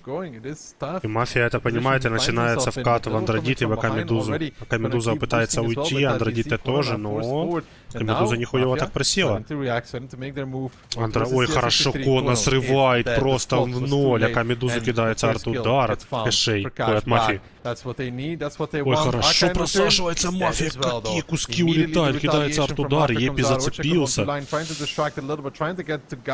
По хп все ровно, но прям какого-то преимущества ни у какого коллектива нету. Вкатывается в Андрадит и Юский Конрад. Мин должен помогать, Рексар еще... Почему? Давай, надо отходить, вы же вдвоем остались, братки. Отходите под базика, отходите. В Рексара надо скинуться, пацаны, да, в Рексара. Ай-яй-яй, остается Андрадит и шот, на Рексара попал, но 500 хп, Минду, надо помощь, Минду, пацаны. Ой, Епись, сейчас Епись подойдет, будет полегче. Надо Рексара. Хорошо забрали Рексара. Пруфуса? Можно по Пруфусу? Ой, как Мин живет, умничка, живет. Мешает труп, откатить назад, мешает. Ай-яй-яй. Забирает Мин, да, твою дивизию.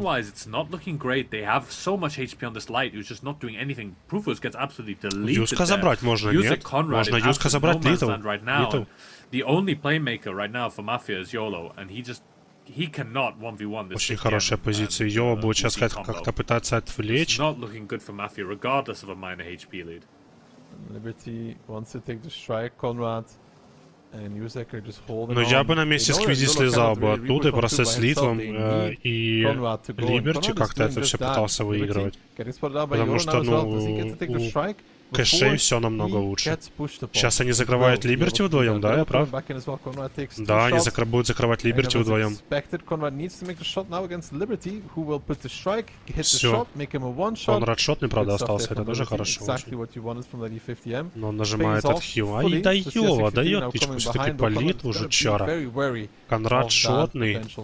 Сквизи надо, да, Сквизи надо ехать драться, убивать Юска, и это победа будет. Не бойся, ну ты чё, Сквизи?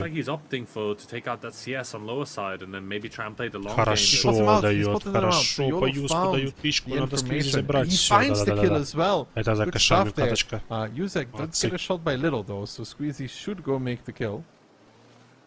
Now we're in this little bit awkward game. Squeezy will make the kill, but he's gonna have to take the shot for it. Почему ты боишься? Укати, брат. Алло. Тебя разбирают, блядь, чела. Литва, ты стоишь, боишься, блядь, шотного Литва. At the very least to do something with this game. Little is a one shot with no ability for a strike. Yeah. But that's for a strike, and the moment YOLO takes any of the strikes, I'm not sure going for this CS was the play. I feel like he should have taken the shot and they both went together onto the BZ there, but decisions were made, and now YOLO is in a... It's definitely a winnable. It's a winnable 1v2, but it's difficult. Very, very difficult. Ищет Сквизи, его ищет, но не может найти, но он догадывается, где он. He will find Squeezy. Ой, начинается коптиля. У Йола нету шанса, тут просто ДПМ лютейший. It's over now.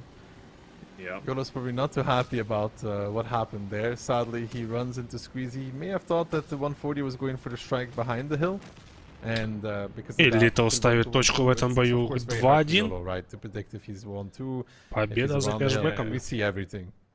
You have to guess. So, because they don't see each other, they can't make the prediction. It's simply bad timing.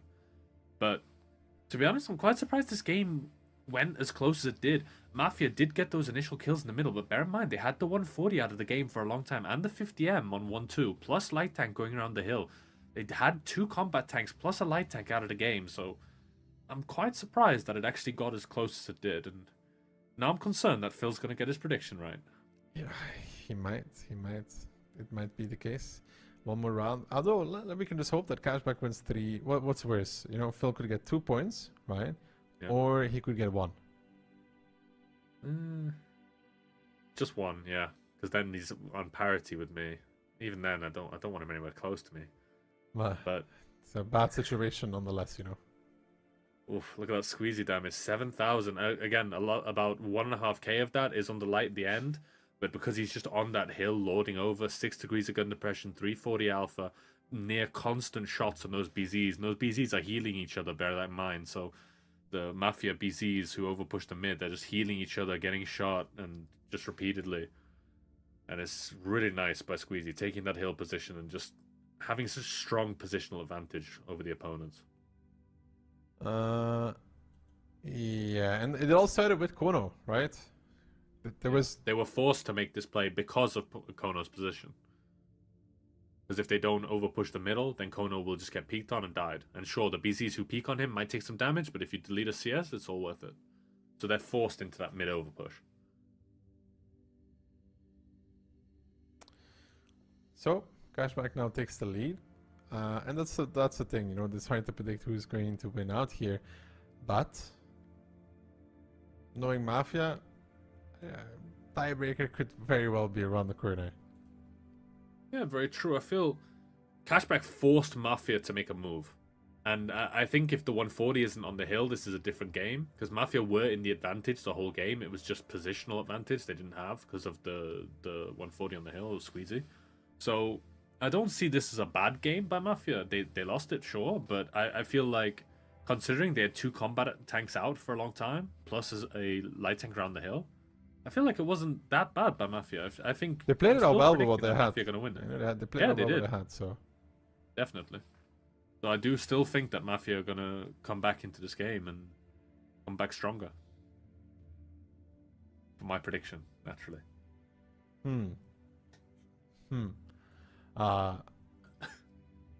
Yeah. Maybe now we'll see the 114. You know, I just want to see the 114 Maybe. so you can go on like a 10-minute rant about how, you know, you play 5 randoms. Only, it's only the worst 10 tank minutes? ever. Only 10 minutes? I can go for 20 if you want to. It's not the worst tank ever. The worst tank ever is the Caro, but I'm much more a grill enjoyer. Like, I just think it's Так, ну что, последний бой у нас это или нет? A bold one. Третий бой. Карта Маяк. Команда Кэшбэк берет 2 БЗ-75, 54-го, 2 CS, Е50 и объект 140. Команда Мафия берет 4 БЗ-75, CS, Е50 и объект 140. Yeah, I guess in that kind of holding position. Я бы тут, наверное, ставил бы все-таки на Мафию. Сетап мне поярче нравится, у Кэшбэка такой более позиционный, я бы сказал бы. Посмотрим.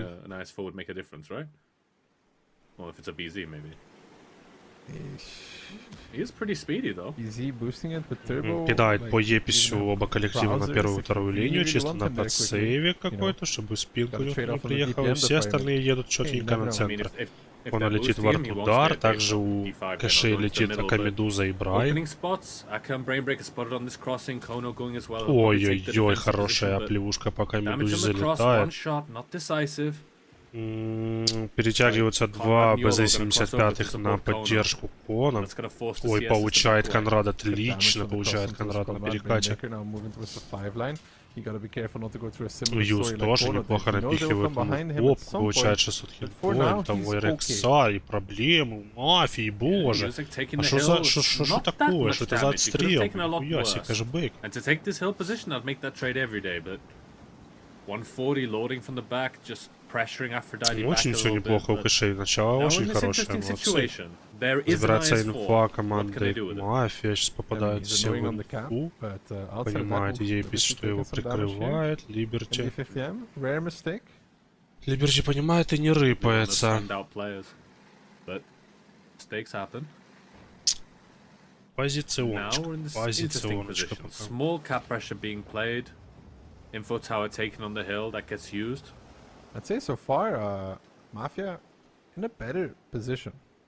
You think so? They have the hill. They're controlling 1-2 still. The hill, yeah. Yeah. If they didn't have the hill, I'd say it's Cashback. But with the hill, yeah, for sure. I think the problem is they need to find a way to get right now. Yeah, Profus is just kind of. I think Profus doesn't know what to do at the moment. I think he'll go and take the strike. If he takes a strike and Андродите находит пикселёчек. Goes behind them fully, he's undoing this whole team. Yeah. Especially because a mid overpush is just not going to happen. Сбивается арт-удар команды Мафии. Арт-ударчиком. Руфус берет еще один. They're almost forced to push everything at the same time. Перетягивают они 140, видать, на помощь Еписю и будут помогать принимать БЗшку и ЦС. БЗшек и ЦС-ку. 140 joining the little on the Liberty on the one line. Looks like they might. He's not going around though. Вкатывают кэши, минт. Брейкер, начинается выпуш, минт агрессирует. Будут забирать Е50, будут забирать Йова и Конрада, наверное, сфокусируются на них, на двух базиках. Начинается активность от мафии на центре, что они предпримут, получится у них ИСа выпушить четвертого. Нихуя не получается, нажимаются отбилки, пошел отхил ХП, но им как будто это не помогает. Мафию подтесняют, кидается арт-удар в троих, в двоих, хорошо, остаются шотным и Конрад и Йова, забирает мин кого-то, забирает мин, забирается Конрад, ой-ой-ой-ой, проблемы у мафии, минус 2 ствола. Андрадиты очень хорошо сейвятся, Рексары не получается у них просто ИСа забрать, а с их противниками уже разобрались, с их союзниками. И уже едут на помощь, Мин приехал, уже проблемы у мафии очень большие. Справится против Прufus. Засейвился, браток.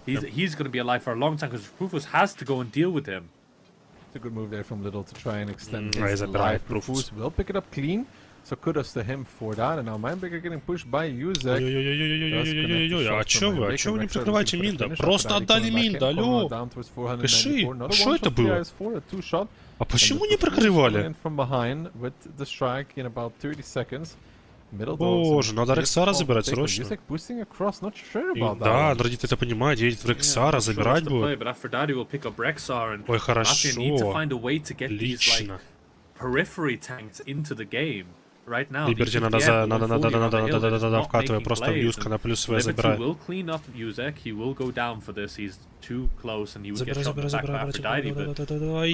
Юз, Вангард, хорошо. Андрадит, как же он там живет? Вперед, Андрадит, надо вперед, сзади, Прufus. ЦСК это не чекает, почему это ЦСК не чекает? О, зачекает, это уже, бля, сам Андрадит зачекает. Will find some shots, but CSA D2, does he have an angle on Profus? Maybe if he goes back. Хорош, Андрадите просто, блядь, выжил с 4-го, этого все, что можно. Успеет дать? Успел еще и тычку дать, что за легенда?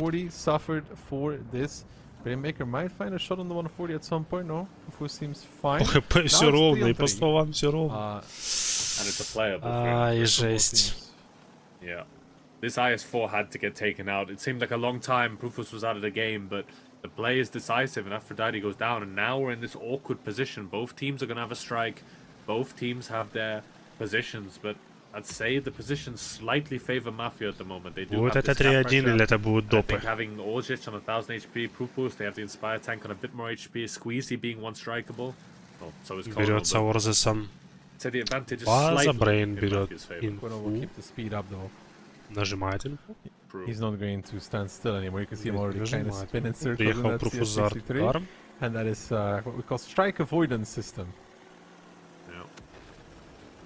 Gonna make the play, but right now the Cashback need to decide: do they try and deny Prufus the artillery strike, or put it on Orzic? And they decide to put it on Orzic. So now he's 600 HP, 2 shots and 2 strikeable.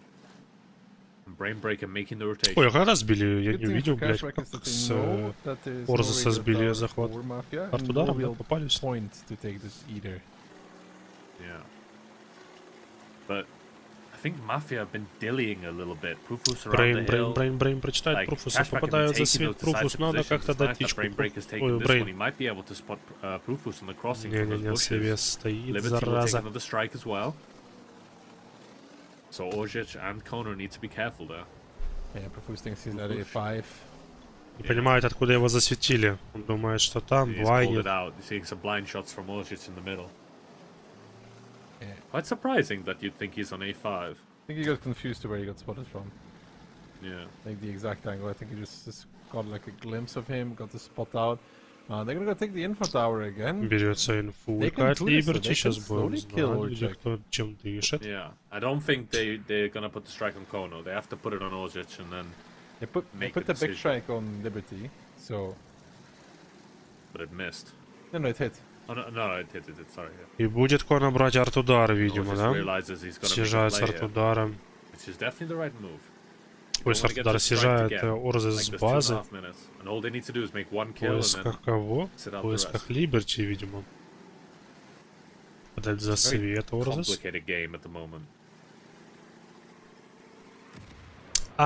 Попадает по Орзесу все-таки арт-ударом, и остается Орзес шотный. Brainbreaker has a level 1 strike, Kona doesn't have a strike, Liberty will try to take another strike, though Profu's getting spotted out again. Brainbreaker doesn't want to Брайна Профусу тысячку можно дать? Можно, как будто, нет? Die for that. He's just spotting out Profus, and maybe Profus doesn't realize he's perma spotted. Yeah, but he's got to realize the only angle he could get spotted from is Орзесу можно было бы Орзеса забрать. Yeah, so they gotta be able to triangulate it now. Либерти получает. Почему Брайан не напрягает Профуса, я не понимаю. That's a great. They used the strike. Yeah, they thought he was there. They didn't expect. What a surprising one, actually. They used the strike on the D2 bushes. Ooh, yeah, they put заблайнил. The tracks. Brainbreaker. Заблайнил опять. One more blind. He's going to drop off. Will know it. Orchek. Ooh. Orchek is not picking fire now. Brainbreaker is actually able to drop off. Liberty taking the strike. 3 one-shots on the cashback side. 1 minute here. Whoever gets the kill wins the game. Liberty has the strike. Забрал Либерти арт-ударчик. Поможет он ему, успеет у него реализовать. 1 минута остается. Liberty's playing with fire at the moment, aiming on that corner. This is really down to the wire, actually. It's gonna be squeezy to go take the info tower. They still think he's in that corner. They put the strike there. I'm shocked. They still think he's in that corner. Orchek is coming in now as well. Перетягивается к Круизи. Профус, понимаю, забирает даже без стычки. Просто пиздец. They will freeze, but now the info gets taken and they will have to potentially go after all. It will get used immediately and Orchek will die off of it. He should at least die. Orchek is dead. And then it's going to be a very close game. And I think Mafia wins it though. Ой, забирает арт-ударом, хорош. Damage dealt. Yeah, there's a nice 4 on the battlefield. No, yeah, but Mafia have so many BZs. Yeah, true. 4 BZs versus 2 BZs and an IS4. This is gonna be close, I think. Вообще кошей это должны забирать. Calculated it. They're not trying to make a decisive play here. По ХП, потому что у Мафии было очень много ХП. Коши больше нанесли урона, по идее. Yeah. This is a close one. I don't think an IS4 makes up for two extra BZs. I think this is gonna be. I think it's going to be Cashback's game, actually. Because the BZs are healing each other. 3-1 каши? 3-1? More heavy. Yeah, it's 4 stars with more HP though, as well. But you know, you might be... Does it start with 2 BZs? No. The extra BZ could be the undoing. It's only 400 difference. But Cashback did have less HP at the end. I mean, it's not how much, about but it can make a difference. Bust out your calculator, right? I'm not doing that. Oh my god. I don't know how to count, alright? I only know that I have 19 points in the... You just type it out. Prediction. Хватило? Не, блядь, сука, не понимаю. 25,993 damage. You calculate that fast? Just type in the numbers, you know? I know, that takes a while. And then Mafia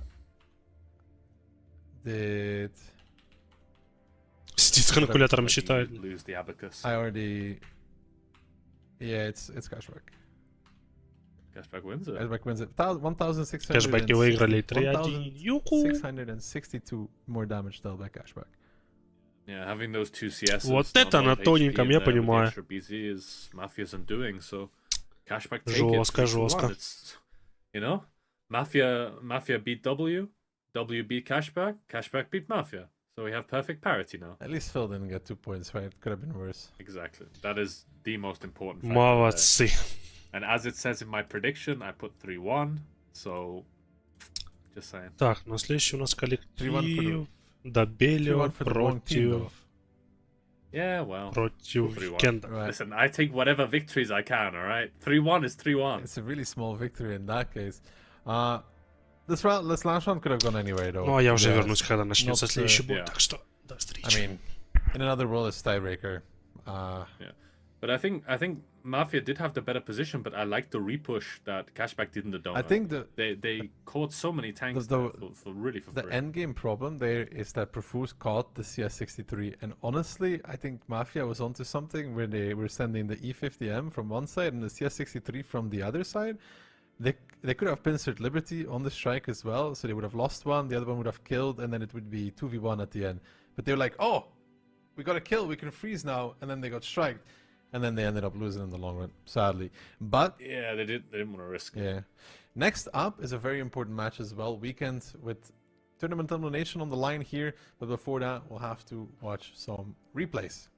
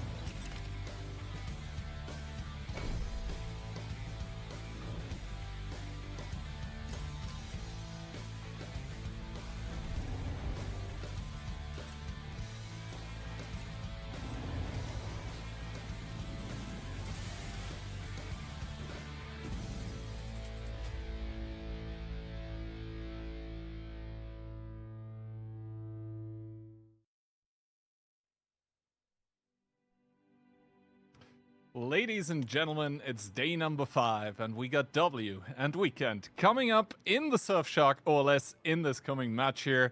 Ducky, what are your thoughts? Was that it? You said you had That was it, yeah. I noticed we're like OLS Season 5, and I was going to do like a rep with all the teams, but now we're already in match number 3, so, yeah. That's, wow. Wow, that was great, Kihan. Wow. Just, can I clap in the chat, guys? Wonderful. That's like when you rehearse a speech for 10 days and you're like, yeah, fantastic. Except that I rehearsed it for maybe 10 seconds in my head. Thankfully. Anyway, let's hope that the teams that we're about to see have rehearsed a bit more than that. W had a strong start into the season, actually. I think 3 wins in a row, which is overperforming compared to last season, where they struggled quite a bit. Weekend, I think you could say the opposite. They placed 3rd last season, but this season 5, not looking too hot. No, so far, if they lose this match, it's over. If they lose it without tiebreaker, it's over. It's all on the line now. Well, let's hope Flash can carry a bit more. He hasn't been doing a whole lot, but he has stepped up for his team, and obviously if your team isn't doing too well, doing those high damage numbers is quite the problem. W, however, switching out a 1 pole for another, call me Piotr in, and since that addition, I mean, it's been going okay for them. Yeah, it's going really well. Better than I would have expected. Same here, because, you know, W, I mean, you could hear if you were close to the team that last season maybe the vibe wasn't there anymore. And if I know anything about Piotr, then that he can be quite blunt in calling out mistakes. But, I mean, so far, I think 3 wins, 1 loss. Not too many mistakes coming out of W. Obviously, Weekend they must change this today. Otherwise, for them, the end of the road is going to be there in phase 1 already, which is definitely not what they wanted. Himmelsdorf and Ghost Town getting banned out. We are starting exactly where we stopped last match. Cliff is going to be our first map of the match.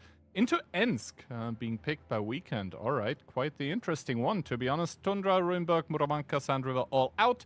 And if we get to it, Pilsen. Do we though, Ducky? What do you think? I don't think so. Weekend look like a shadow of themselves this season.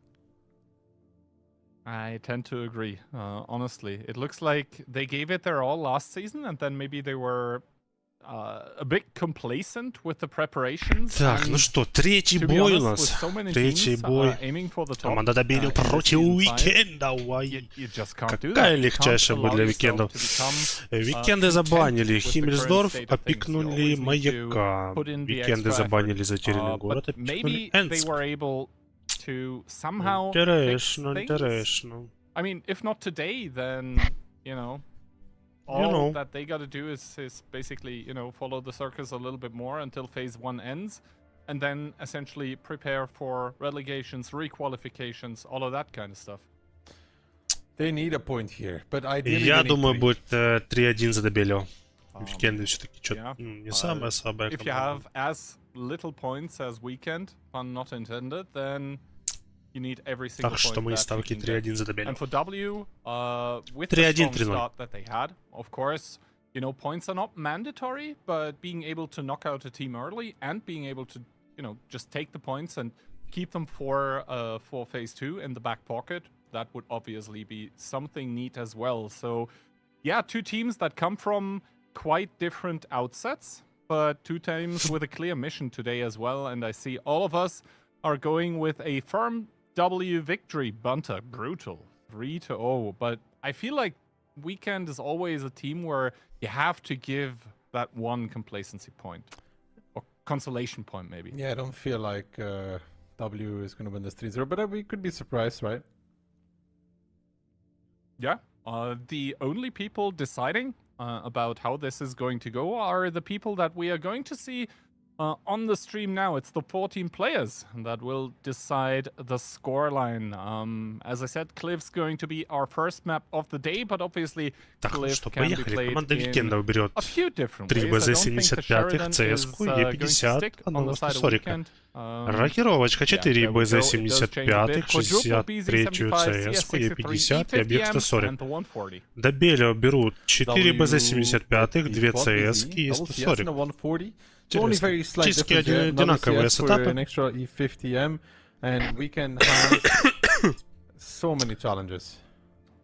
Ну, только, конечно, Weekend за счет E50 немножко в ДПМчике. I prefer Weekend's lineup just because of the added E50M DPM. Yeah, of course, CS63 can be a great tank, but it feels like it just needs so much more Полностью обе команды едут на центр, никто не едет первую вторую линию. Well, it's not so easy to make it hit, especially on BZ75s when, for example, they're trying to boost. You obviously get the sound clue. Идентичные тактики, все как обычно. Ой-ой-ой-ой-ой-ой-ой-ой. Эвило, как будто бы ошибка, так вставай сразу. Пол ебальничка просто снесли, блядь, за секунду. Будет вката до Белю?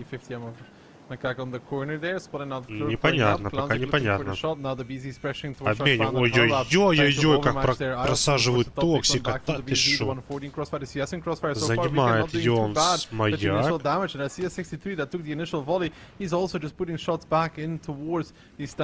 Эвиока будет выкушивать? Нет. Ой, начинается как тюка у трэш-панды проблема, он остается шот, кидается арт-удар, 2 CS-ки, выпушивает Эвик Вока, Ван Квик, начинает напихивать Клурфу и Ментосу, кидается неудачный арт-удар просто в никуда. Ой, у команды добили проблемы, начинает напихивать, им неплохо так напихивать. Хелрапа должны забирать сейчас, потом на очереди Изи. И да, это первая карта за викендами. Первая карта за викендами, я думаю. Ой, как хорошо Изи перекатил на базике своем. Вообще красиво. Не пробивает. За это умирает. Да, не пробил, за это умер. Really going super aggressive here. В моменте так хорошо было все, но, блядь, как будто бы фокуса не хватило от Викенда, скилла или что, я не знаю. Maybe the overcommitment with the double CS onto the singular one was not worth it, but it got a key position out of the game, and the 140 kept focusing on the CS63s just because they were so low. Yes, the Inspire was in the game because of that, but W just overrunning the middle, and that E50M, yes, he stayed alive for a very long time, but not long enough. It's just not good enough for Weekend. Still first round already on the board for W, securing it out. That initial damage on the CS ended up being pretty good dividend at the end of the round because they were able to kill him so much faster. If he had like one more shot worth of HP, he'd be able to survive another volley, and that one would be до конца, Кром. Don't worry, guys. Clownsick is not cheating. His third is just bugged a little bit, alright? And after all of this is said and done, I mean, the trouble for Weekend, they were in a pickle before, and I think now that pickle has я уж подумал. Yeah, they just lost in a sea of pickles. Dead by a pickle. Что Викенды заберут первую карту. Imagine, Kian, you know, just in your dreams, there's just pickles all around you. Terrifying. I mean, I actually like cornichons. Like, hate me for it, but I like sour things. So, for me... Bro, after your meat fondue and raclette, I still don't get your hatred for raclette. Raclette is bussin', as the young people would say. Listen, boomer, relax, alright? You are way too much... We're way too much in the home-cooked meals to be talking like this. But yeah, here we do see the damage numbers, and yes, Lankark in that E50M, almost 5k damage, but simply not enough, and I think that comes down to good preparation from W. Yes, they ended up losing the CS63 a bit early with Klurf, but overall, I think they just created the better overmatches where it mattered, because obviously, if you're the 140 on the side of Weekend, you're going to keep shooting those CSs because you just assume that those are going to be the important targets to take out just because of the DPM. But W with that overpush, everyone loaded in the middle, able to focus fire really well. And on top of that, the engine for ISET getting damaged, yes, he was able to repair it, but imagine you just pressed your booster and you get the engine damaged. Now, I'm not exactly sure percentage-wise how big the penalty is to your engine power, but basically popping the boosters doubles your engine power, but if you lose half of it, then, well, you're just driving up slowly once again. That was a lot of math in a very quick amount of time. Either way, looking at it, W versus Weekend. First round for W. Weekend was keeping head-to-head for a while, though, but W just overrunning that middle. And a good called overpush at that. Like, yeah, the CSs ended up bleeding a lot, but because of that, the BZs were just able to brute force their way through. And normally on Cliff, like if you have BZs against BZs, it tends to kind of be a standoff. But if one side kind of salvos everything, then the other one is going to overpush and will have an easy time focus firing. So, as I said, good reactions for W here. Let's see if they can double it up. Yeah, I think it's going to be a 1-1, you know? You got that feeling? I got that 11 feeling. Let's see how it's gonna go. Cliff, of course, one of those maps where a lot of things can go wrong very, very quickly. Or right, depending on who you are. But it just felt in this last round like W was more on point, right? More awake, more there. Locked in, you know? For sure. Round number 2, Weekend. Triple BZ, a BAT, a CS, and a 140, but don't worry, Clownsdick will switch out of the Sheridan. I'm waiting for him to stick it one of those days. Вторая карта. Викенды берут 3-4 БЗ-75, Бачата, CS 140. А Бачат зачем? Добили берут 2 БЗшки, 2 Е50, 140 и CS. Weekend also kind of quick, but they have a lot of meat with those BZs. A lot of HP to go through. Yes, the Batjack kind of flimsy, but once that tank gets going, it can be very, very powerful. Я не знаю. Команда. И едет много танков на первую и вторую линию. У Викенда в них то первую линию не едет. А развернуться бы вот так всей пачкой в шестером. И как вкатить влево Викенда? Не хотите, не? Делает все то же самое практически. Ой, сейчас там ЦСК вело. Как охуеет. Ой, как охуеет. Вот это сейчас коптильня начнется. Перепужу базика, Петр и не пал. Понимаешь, что сейчас будет вкат в них. Занимают подальше позиции, чтобы к ним не доехали как можно дольше. Вот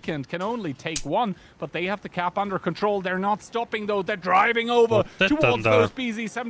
Добелю красиво делает. Просто вкатывают Петра и в Непала. Но это ничего не решит. Это 2-0.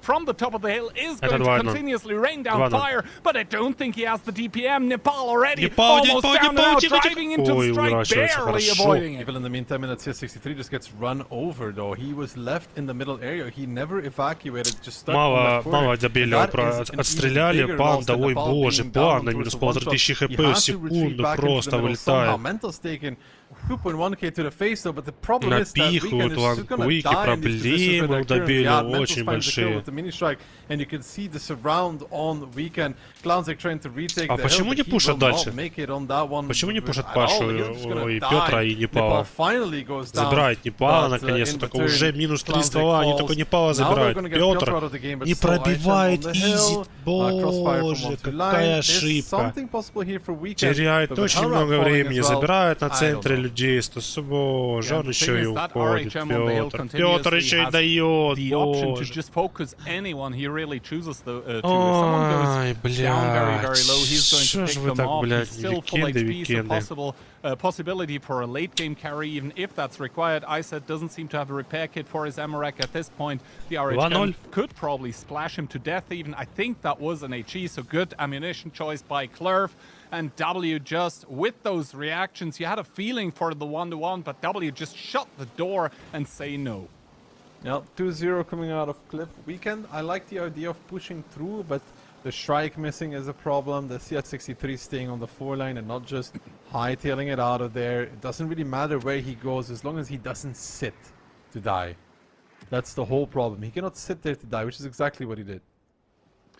I was a bit concerned actually for W when those BZ75s by weekend were able to cross without really taking any kind of meaningful damage towards the C6-7 position. But it ended up working out. The fact that the BZ75 stays alive of Nepal. Красиво они их отжали, отзонили, получается, базиками. Очень долго они ехали на этом моменте, они получили больше.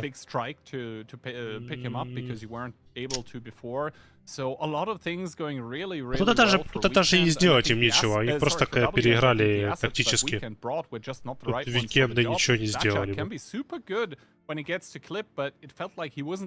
In the game from the start, which is required. Только если бы они развернулись и все поехали влево. Вот прям всей толпой, блядь, с бачатом, там вот это вот. Вот тогда, возможно, бы какие-то были, ну, базики приехали бы, я думаю, все равно бы.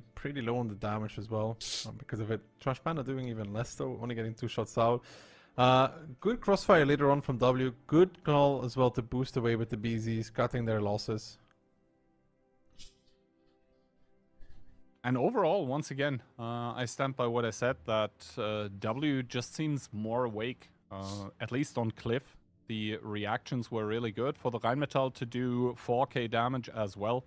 That's pretty huge, and keep in mind, he is that continuous threat that keeps those really low HP tanks by weekend under control. All of those BZs that ended up pushing that really long way. Yes, there are houses to hide behind, but you can't really completely stay safe if you actually want to partake in the battle moving forward. So W just creating a killing ground, giving room to weekend to just make the mistakes. Weekend's gonna have to find their best possible ends performance though. Yeah, W picking Cliff, it going to полностью закрывает свой пик. До Белио сейчас будет пик Викендов. Первый бой. Карта Энск. До Белио все уверенно сделали. Otherwise, it's going to be a quick fairy tale of how Weekend came to visit, where nice little tourists with a lot of teams liking them being in the phase 1 because they ended up giving them points, and that was all she wrote. Weekend was very good on Ensto last season. They were very good. Does it transfer into this season, is the question. I mean, not really that much has changed, with the biggest changes to Onslaught between the seasons, maybe being the addition of the 114 SP2, but let's be realistic on Ensk. Does that really matter? I would say no.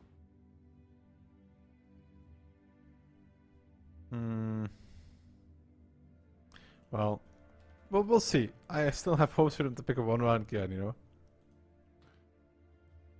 They probably have the same hopes. The question is just, is it going to come true? They need it. Will they get it, though? Because W, I mean, maybe not last season, but the seasons before, 2 and 3, they were known to be very explosive, very ruthless, and this season, more often than not, it feels like they've come back to... Третья карта. Команда Уикенды. Давайте соберитесь, братки. Уикенды. Уикенды вперед. 3 БЗ-75 берут. 3 блысковицы и 1 140. Команда Добели берет 3 фаша. 3 блысковицы. Это БЗ-75. Я не знаю, как такое закрывать. Now, if W can find a good engagement, it's a very такое как будто не контрится, блядь. I don't really like that W don't have an Inspire medium, especially with having like 6 turretless tank destroyers. Because while it doesn't really help so much with the Foch Bs when it comes to the long clip reload, it does also help with turn rate of the tanks, with repair speed of the tracks, etc. when you're inspired. So I'm not sure. It is not that often that we see team currently not picking an Inspire Medium. Kano immediately driving through, staying in the artillery strike. Полностью отдают команду добили зелень, занимают город. В принципе, логично. У них ПТ-шный сетапчик, начинается захват от добили. Что это? Что это? О боже, они этих боиз гоняют туда-сюда. Закрывают они фаша. Закрывают фаша соляну, походу, да? Близковицы себя не очень показывают на Дали. Напихивают они Клуфу, он что-то пытается кдэшить себе вот этой билкой ХП, но фаша по сути отдали. Ой-ой-ой, как просел Йонс, да ты шо, хорошо, Уикенды, очень хорошо. А закрыть? Закрыть, нет? Прожимает обилку, и его закрыть уже не выйдет. А шо это там за команда захвата на двух фашах летит? Ой, Ксанг, ой-ой-ой, сейчас по попе надают. Начинается перепуш у Уикендов, как будто читает это все, пытается влететь в базу. Ай, не пробивает, изит. Петр дает тычку. Позже закрывается, сори как. Да, позже закрывается, сори, Ментос убивает. Надо убивать токсика, надо убивать токсика. Били, хорошо. Йонса, закрыть Йонса. Вилок, по-моему, сам закрывает его Вакуна.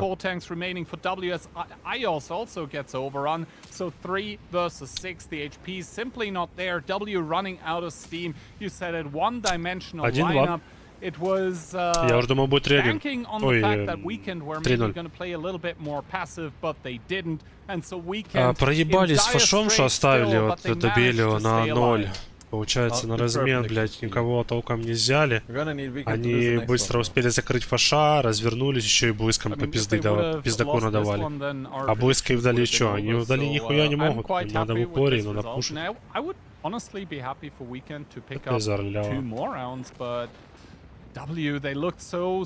Молодцы, борются, не сдаются, красавчики. News for them is that they managed to stay alive in the OLS. How much longer is the question? At least one more round of Enskiant.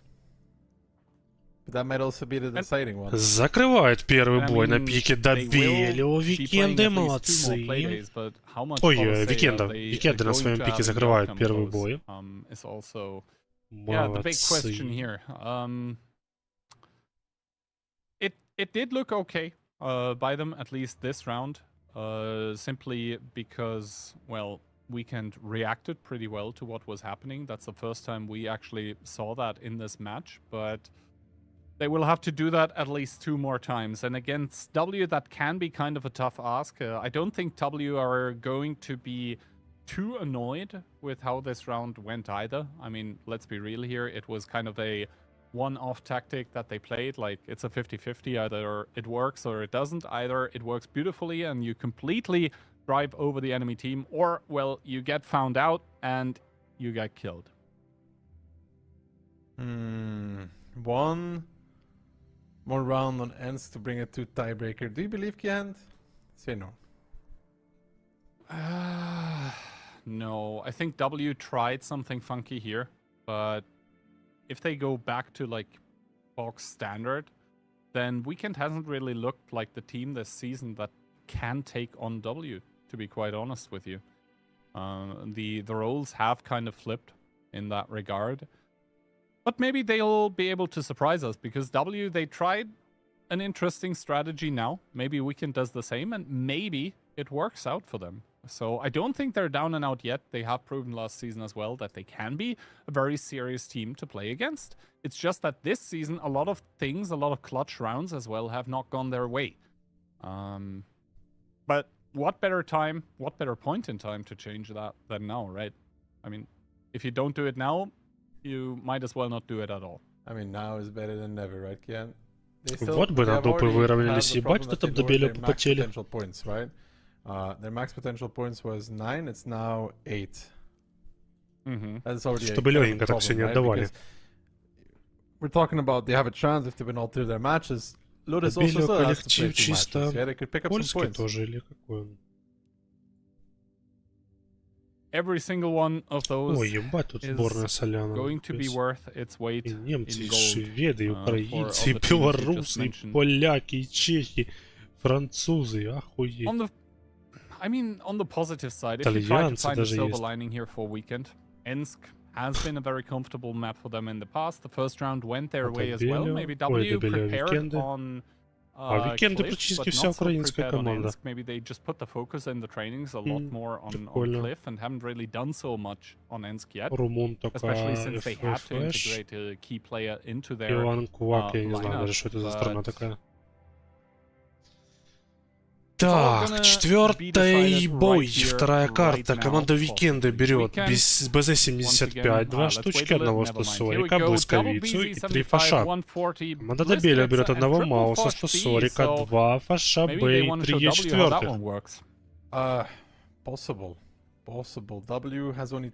Как будто бы пошли заготовочки какие-то от Добеля.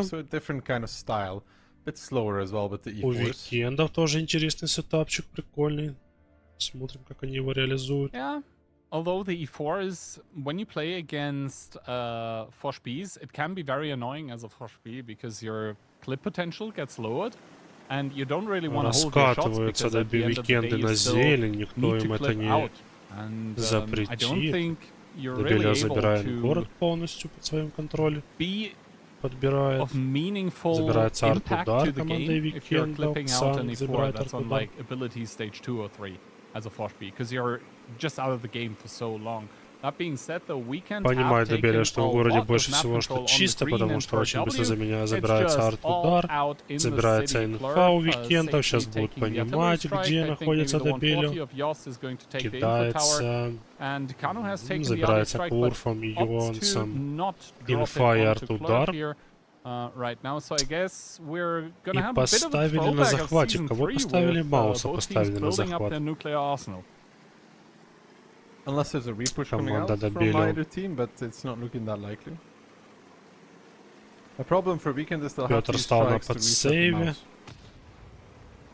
Проезжает дальше, стасорик, я так понял, на инфу стоит, базу смотрит. To take the strikes from Weekend, it would be the mouse, because well, if they strike an E4 that has damage reduction on, it's okay as well, I suppose.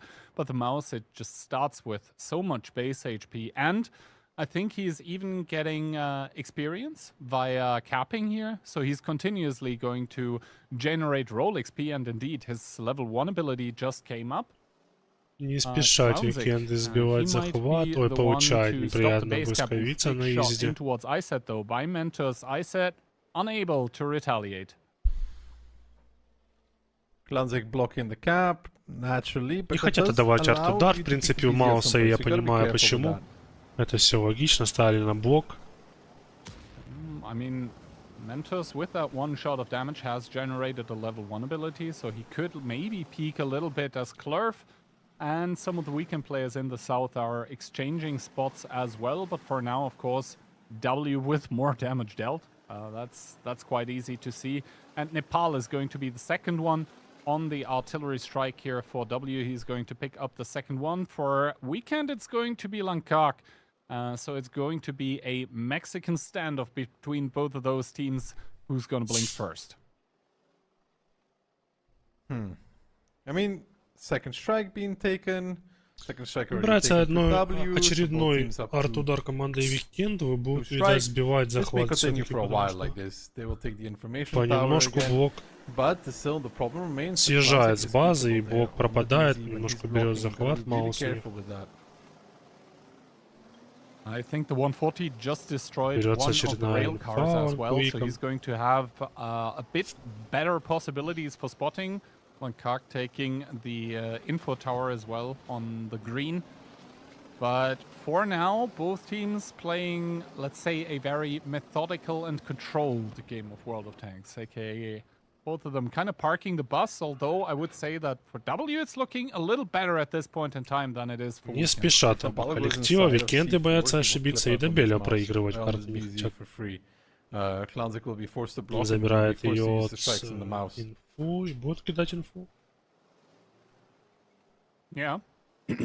Ждет. And even Не if they забирает use the инфу. strikes on the mouse, keep in mind, Itox continuously Тем не менее, 2 арт-удара добили. У Викендов только один. Не пизжу 2. That doesn't really get answered. Kano trying to retaliate, but I think he just destroyed the wall there to be able to spot a little further, and Clerf immediately going on the long reload, excuse me. So he's gonna have 6 shots available, as it doesn't look like anything's gonna happen soon.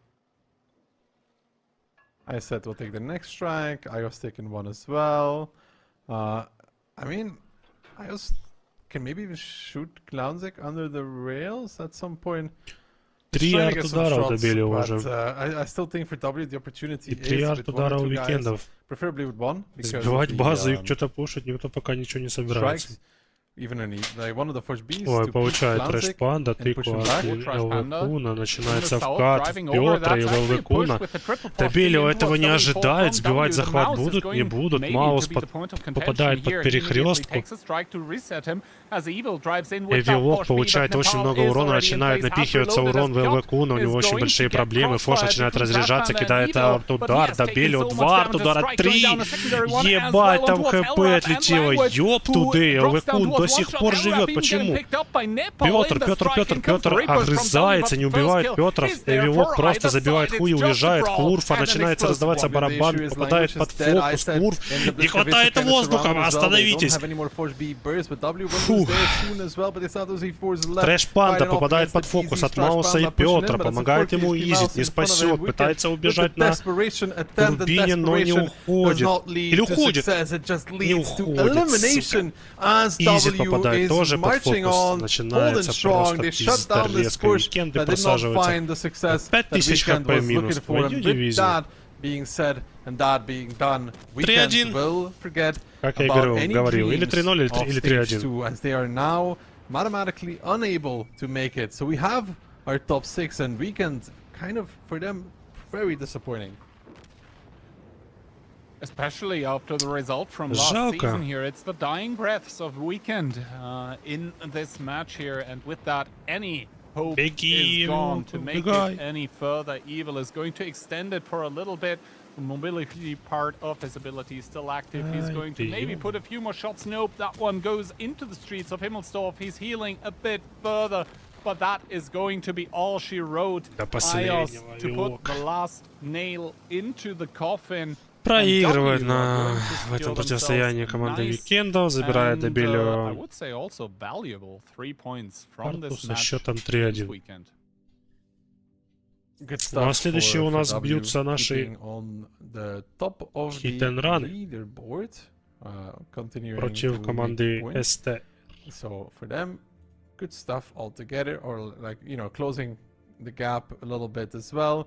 They will be on 10 points now, and because of Mafia's defeat, they'll make it even again with them, and then we'll see where Hit and Run goes in the next match, of course. First of all, let's take a look at the damage numbers, and to be honest, if you're Itox in that mouse, that must have been such a comfortable game to play. Like, you're just standing there passively generating roll XP. At some point the enemy pushes, it's not too far away from you, you drive there, you know, shoot left, right and center, you pick up a few kills. That could have been me, I believe. Yeah, I mean, it is what it is. It was for Weekend a bad season, but they can always find their way back into the OLS, of course. Absolutely. There will be ways and possibilities for them to make it back. First of all, ahead of them are 2 more matches, though, which I guess for them are going to be a little bit of glorified training, to be honest. They're not going to go without rewards. There are monetary and also in-game rewards for 7th and 8th place as well.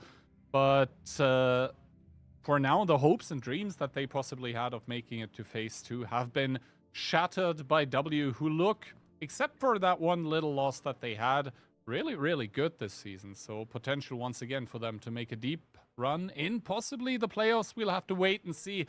First of all, we'll go to some replays, and after that, we'll be back with the last match of the day. See you soon.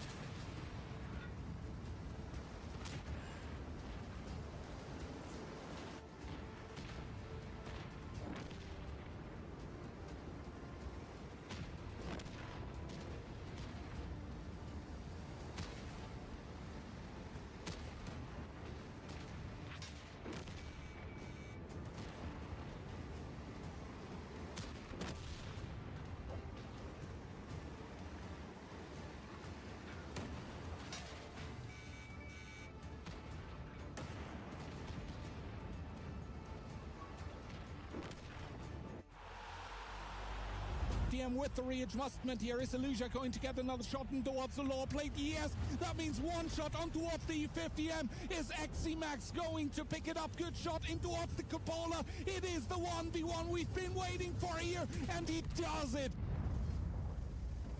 The OLS Season 5 is already here. The best teams are ready to head onto the battlefield. Who will you be supporting?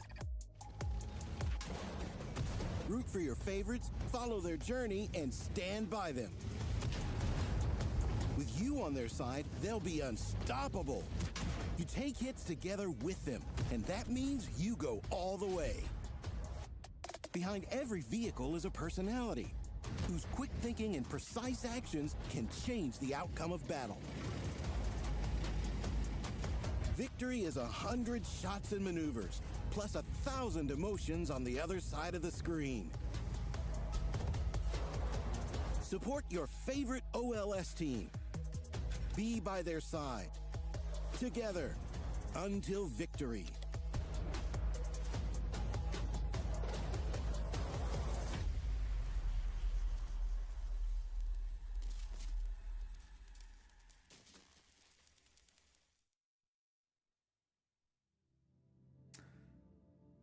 Well, hello there and welcome back to the last match of the day. It's going to be the proven team of Hit and Run against the new guys on the block, CTR, but those, except for maybe some slip-ups, have performed quite admirably so far in the Surfshark OLS Season 5. And speaking of them, before we jump back into the action, a quick shout out. They are the official sponsor of the OLS Season 5, and we're happy, of course, to have them supporting the tournament.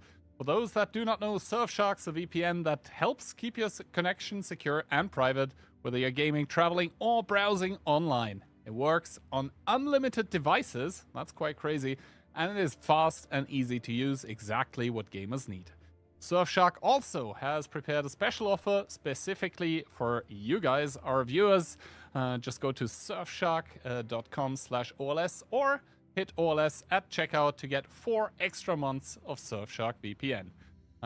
You can find all the details via the clickable Surfshark banner below the stream. Just scroll down a bit. And now let's get back into the action, because I'm actually quite excited between Hit and CTR. Which one of those two is going to win? What do you think, Bunter? Well, I mean, you know, logically you think Hit and Run, but CTR have been cooking this season. Like, honestly, some of their tactics and the plays they've been making have been quite impressive, actually. Like taking Mafia to, I believe they took Mafia to tiebreaker, right? And also, like, a lot of nice plays on Tundra and some other maps. I like the way they're playing at the moment. They have a nice play style, they're coordinated, and they're making it work. So even against a team like Hit and Run, they can make them bleed. Of course, the question with such new teams is always how long can they keep it up? And at least last playday, the answer was like not so long. Here we can obviously see the team of Hit with all of those tried and proven players. I think most of those pictures from WCI were... I got to meet them as well. Bunch of very, very nice guys. CTR, they have yet to make their biggest mark in the OLS circuit, but with the games and with the matches that they've been going so far, I think they would be with the minority of newcomers to the OLS to make it to Phase 2. Yeah, I mean, I've drank with the Polish guys. I'm hoping to drink with the Czech guys as well, but I mean, they're doing quite well for a new team. Like, they really are. So we're hoping we can see a competitive game here, and not a vulgar performance that we saw on the last play day. A bit more teeth, a bit more fight, and to see a less decisive lineup. So, and you can see in the predictions, it's not 99 to 1%. It's a 2/3 split, which is not that bad for CTR. Yeah, it's actually quite a lot for CTR. Personally, I would have given them, like, let's say around 20%. But then again, there's always the cost of Так, ну что, четвертый бой у нас. Четвертый бой. 66% всего лишь на хитов. Вы чё, блядь, серьезно? Ну, что-то мало. Забанили хиты у нас Тундру, пикнули Затерянный город, забанили Мураванку и Песчаную реку.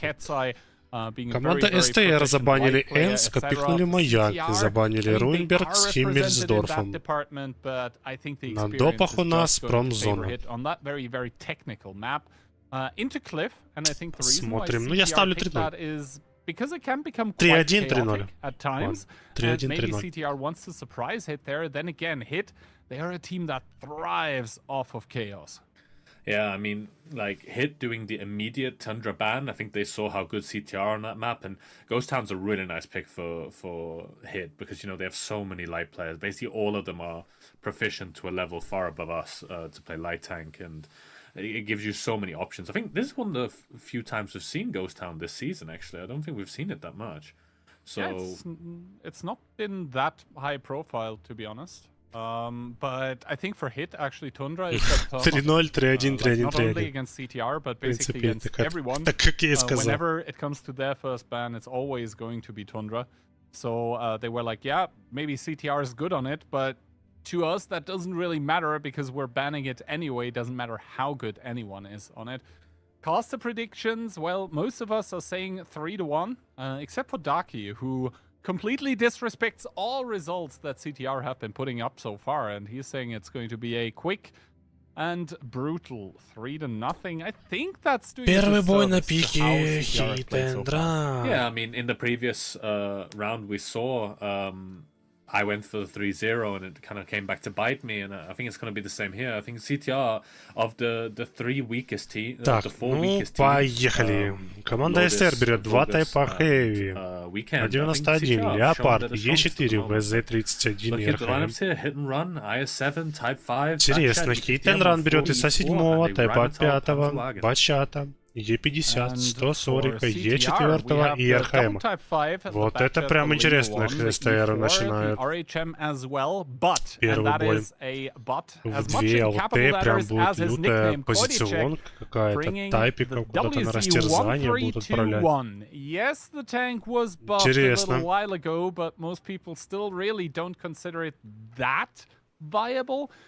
Попадают за свет СТР в СТР 2 тайпа Heavy. У Hit and Run попадает из 7 тайп Е4 и РХМ. I mean, I bought the tank when it first came out, and I don't think I've actually ever played it. I think it's in my garage the whole time. I think I've no games in it. So can you give us an expert opinion on this tank? It's for me, it kind of still feels because the thing is, забирает Хоугейт наш арт-ударчик, как будто на базе он отсюда не будет пытаться уехать, через тычку, через урон. Ой-ой-ой-ой-ой, по попочке прилетело на 1000,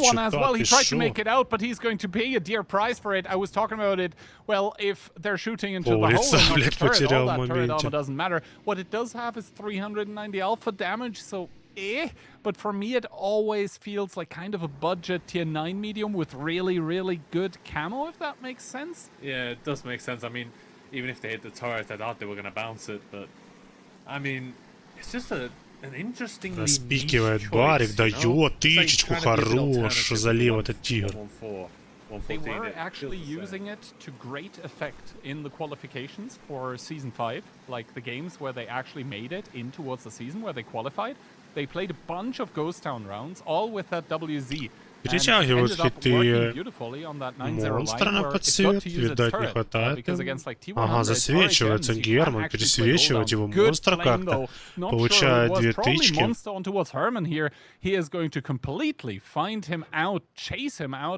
Подтягивают диджея, Кесичу и Фрейм. И как будто будет перепуш какой-то, возможно, первый, второй. Или я ошибаюсь, будет забирать арт-удар. Кесичу. For him. Yeah, it's a nice play by Ketsa. You know, he peeks, he shoots to see if he gets spotted, and then you убирает СТР Леопарда с балкона, ставит туда РХМ на подсейв. Do a logical plane, so it's nice. It's showing that experience that Hit and Run have to be able to kind of calculate where Herman would be. But it's minor damage being traded, still more on Hit and Run's side, but Barbarian taking damage on that E4. It's not what you want. You want the type to be taking the shots, and he uses. Забирает арт-удар Фреником. Not horrible for CTR at the moment, but зачем-то едет Тайп на Вудоге выпушивать Тисека, я так понял. Надо Барику перетягиваться под Тисека, как-то прикрывать, разменивать его, потому что у него проблемы. Его окружило 4 танка. 3. Начинается копилка, Тисека начинает просаживать ПХП, Барик пытается помочь, но еще подтягивается Е4. Большие проблемы у Тисека, и надо как-то решать это, разбирать тайпа, как-то отвлекать противников. Все полностью сосредоточены на С7, на этом Тисеке бедолаги пытаются добрать, но что-то не получается, как он живет там долго. Почти убили тайпа и просадили Е4. Отлично, отлично, отличный размен. Минус тайп хэви на минус со 7 и шотный тайп хэви остался второй.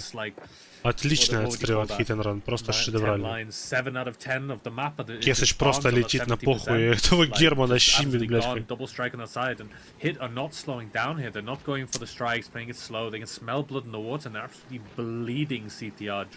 Crazy War быкует на Барика, ну как ты лезешь, дорогой, зачинься, мальчик, твой уровень. Кесыч на ДПМе убивает Германа, и дальше будет ехать до того в Петроса, я прав? Кидается артуда на Кесыча, но он неудачный, и плохое упреждение взяли. Убивает Барик. Ай, не проходит альфа, прожимает обилку, Crazy War. Обидно, добивает монстр, монстр добивает. Почему не так? Хорошо, добивает опять Хэви на Panzer Fury. Это 1-0 за Hit and Run. Before hit and run in this first round here. Yes, the IS-7 was a juicy and tasty snack on that 8 line, but what did it cost them? Well, everything. Но не попадает. Успеет забрать? Успеет. Хорош.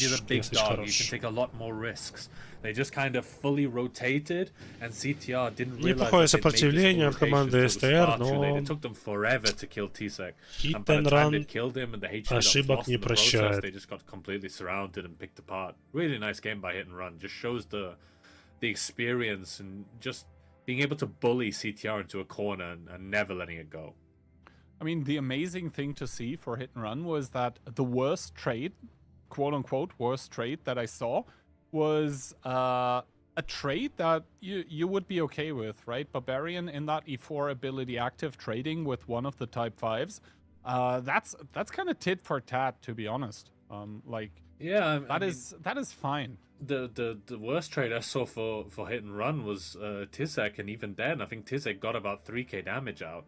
Like, he penned at least 3 on the type, and I saw 2 on the Здесь сидят, смотрят, сколько кто урона настрелял, а нам не показывают. Нормально вообще, нет? Pick him up a lot cheaper than what they did, and it took them forever to do it.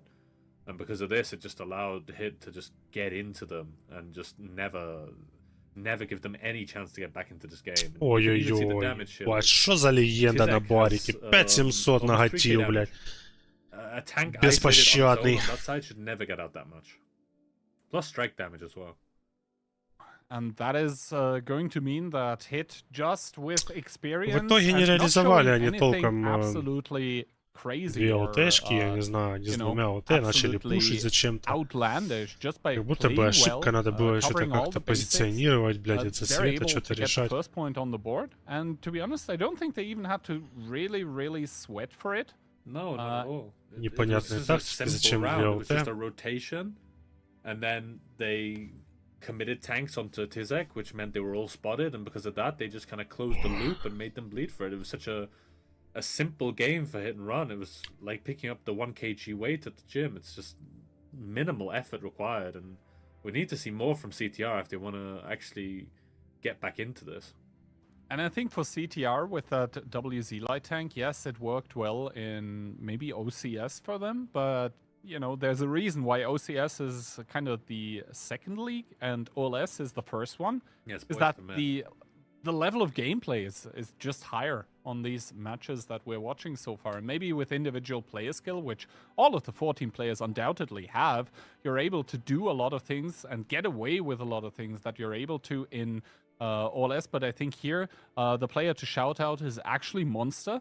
with that light tank, because not only did he outspot Herman with a really good plane, I think the reason that Koidicek got spotted in that WZ-132 was that Monster before that was also planing the WZ on the getaway, and I think that is absolutely clutch. I don't think he planed him on the getaway. I think Tizek was peeking with the IS-7 and he spotted him. I think it was the IS-7, because it would be weird then if the IS-7 doesn't take damage for that. Yeah, he didn't take any damage for it. I think he just peeked on turret and he spotted him. It definitely wasn't the plane that saw him. It was Tizek. I feel like this VZ, it's kind of one of those. It's like the 114. It's like you pick a like little alternative pick to try and throw the enemy off. If you ever seen like someone taking a pattern as an inspire medium, it's like, or a 1-1B even. It's just a kind of, you know, you throw a spanner in the works and you hope it breaks the machine, but in this scenario just seems. Команда СТР берет 3 БЗ-75 и 4 Т-5. Бачата и РХМ. Команда Hit and Run берет ИСа 7, Тайпика 5, Бачата, Е50, 140 и Е4 и РХМ.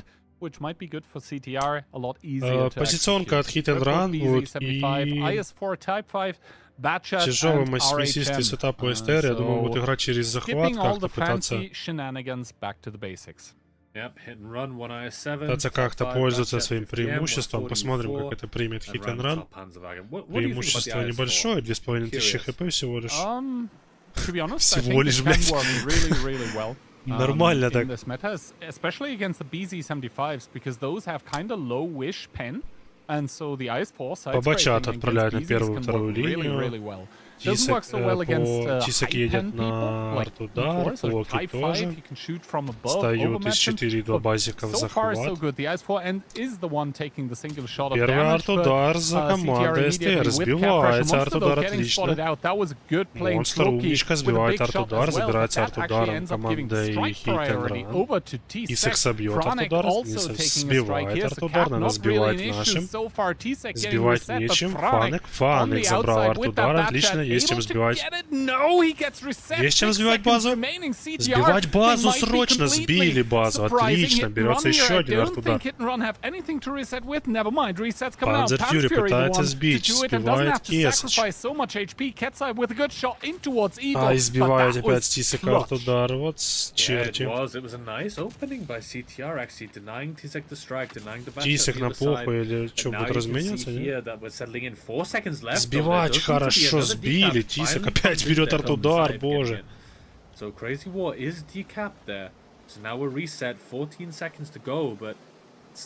Разделились, не стоят вместе, правильное решение. Диджей едет по внешке, будет сбивать походу с Ива захват, я прав? And the thing is, the type cannot be sure to penetrate, so he has to continuously 3 load секунды, HEs. пацаны, надо Those сбить. trades are absolutely terrible. 1 second remaining. Pansphere driving in. That is a bit of miscommunication on Hit and Run side as the base gets captured. Pansphere just too late. And CTR, they equalize it with the simplest trick in the book. They just capture the base. Crazy, actually. I'm amazed they made that work, because I was looking at the box in the left corner. I saw the E50M went side on in front of the IS-7, and I kind of самое главное, чтобы хиты не тильтанули сейчас. Shield the IS-7 so the IS-7 could take the strike, but in the meantime they just capped out, and it's just, is it that simple? Is that the code? It feels like it shouldn't be. Like очень странные, блядь, мувы от СТР прям. In a like Barbarian was close, the Type was close, the 140 was getting decaps on Ivo. I really feel like this just felt too simple, you know what I mean? As in round number 1, you know, if you do the basics, but you do the basics well, it really ends up working. That first round was more coordination and player skill. This one was just wild. The fact that they're just simply толком никто и пострелять не успел, блин. They weren't able to get those decaps. I saw that Panzerfury was shooting HG to get the decaps, but I guess he doesn't have the DPM for it. I don't know what Barbarian was doing in the meantime, though. He was next to Herman. He just wasn't getting those shots. I feel like this is one of those things that just shouldn't happen to a team as experienced as Hit and Run.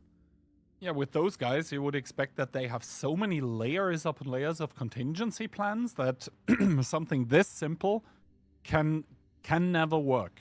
But yeah, ogres. Well, it does end up working out. Food for thought, maybe, for Hit and Run. Because, well, if CTR can do it, then maybe some other teams might be able to do it as well. So... I mean, personally, I applaud CTR because this means Daki's prediction is wrong. Ours is on track, so that's perfectly fine for me. True, I forgot all about that. I've already messaged Patras. They're allowed to lose the 2 cliffs now. But yeah, it feels so simple, you know? It's like adding salt to British food. It just makes it better. It's like such a simple addition. Did you just call British food good? Like, I give... No, I said adding salt to it makes it better. Oh my god. I give Darky Crab all the time for disliking like... В 1-1 сыграли на пике команды Hit and Run, и сейчас будет пик карта команды STR. Yeah, exactly, because you have British food. It's basically... Have you ever had a Sunday roast? Is that like with the beans, etc.? No, that's beans on toast. That's like a struggle meal. No, Sunday roast is the best thing ever. But German food, I get it at the Christmas market every year. It's always the same. Just a hot dog. Sauerkraut. What else you got? Raw meat? I think I got a quick change of direction about the topic of this stream.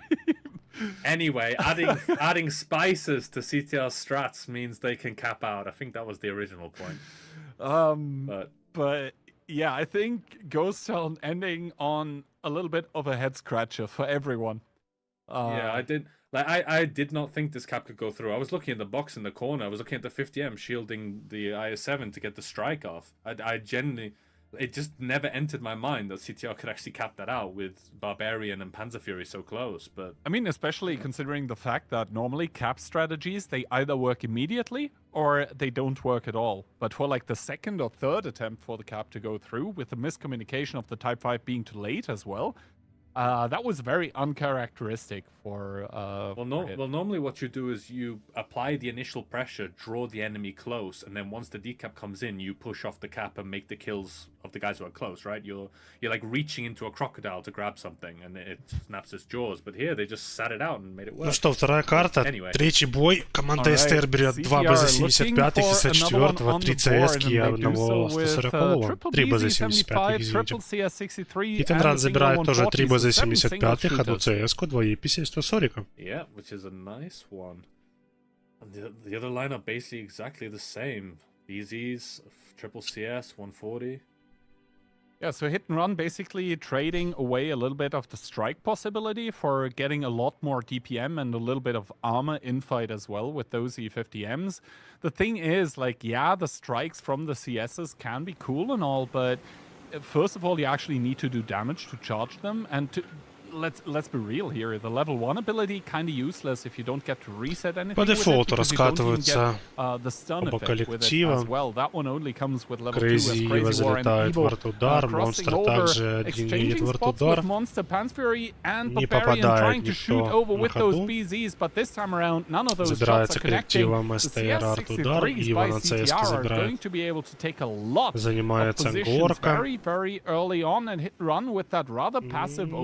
Пока в STR все намного лучше. Едет Епись.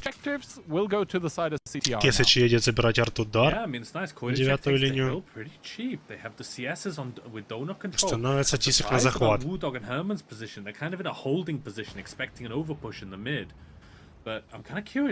Петрос и Херман пытаются закрыть Е50, который забирает артудар.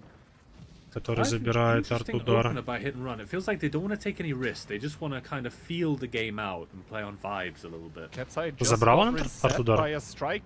Не забрал. Очень неплохо. Блядь, проблемы у Кесыча. Надо уходить Кесычу.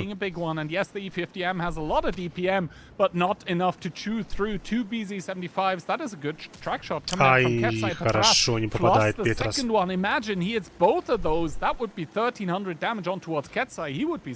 Уходит Кесыч без ничего, к сожалению.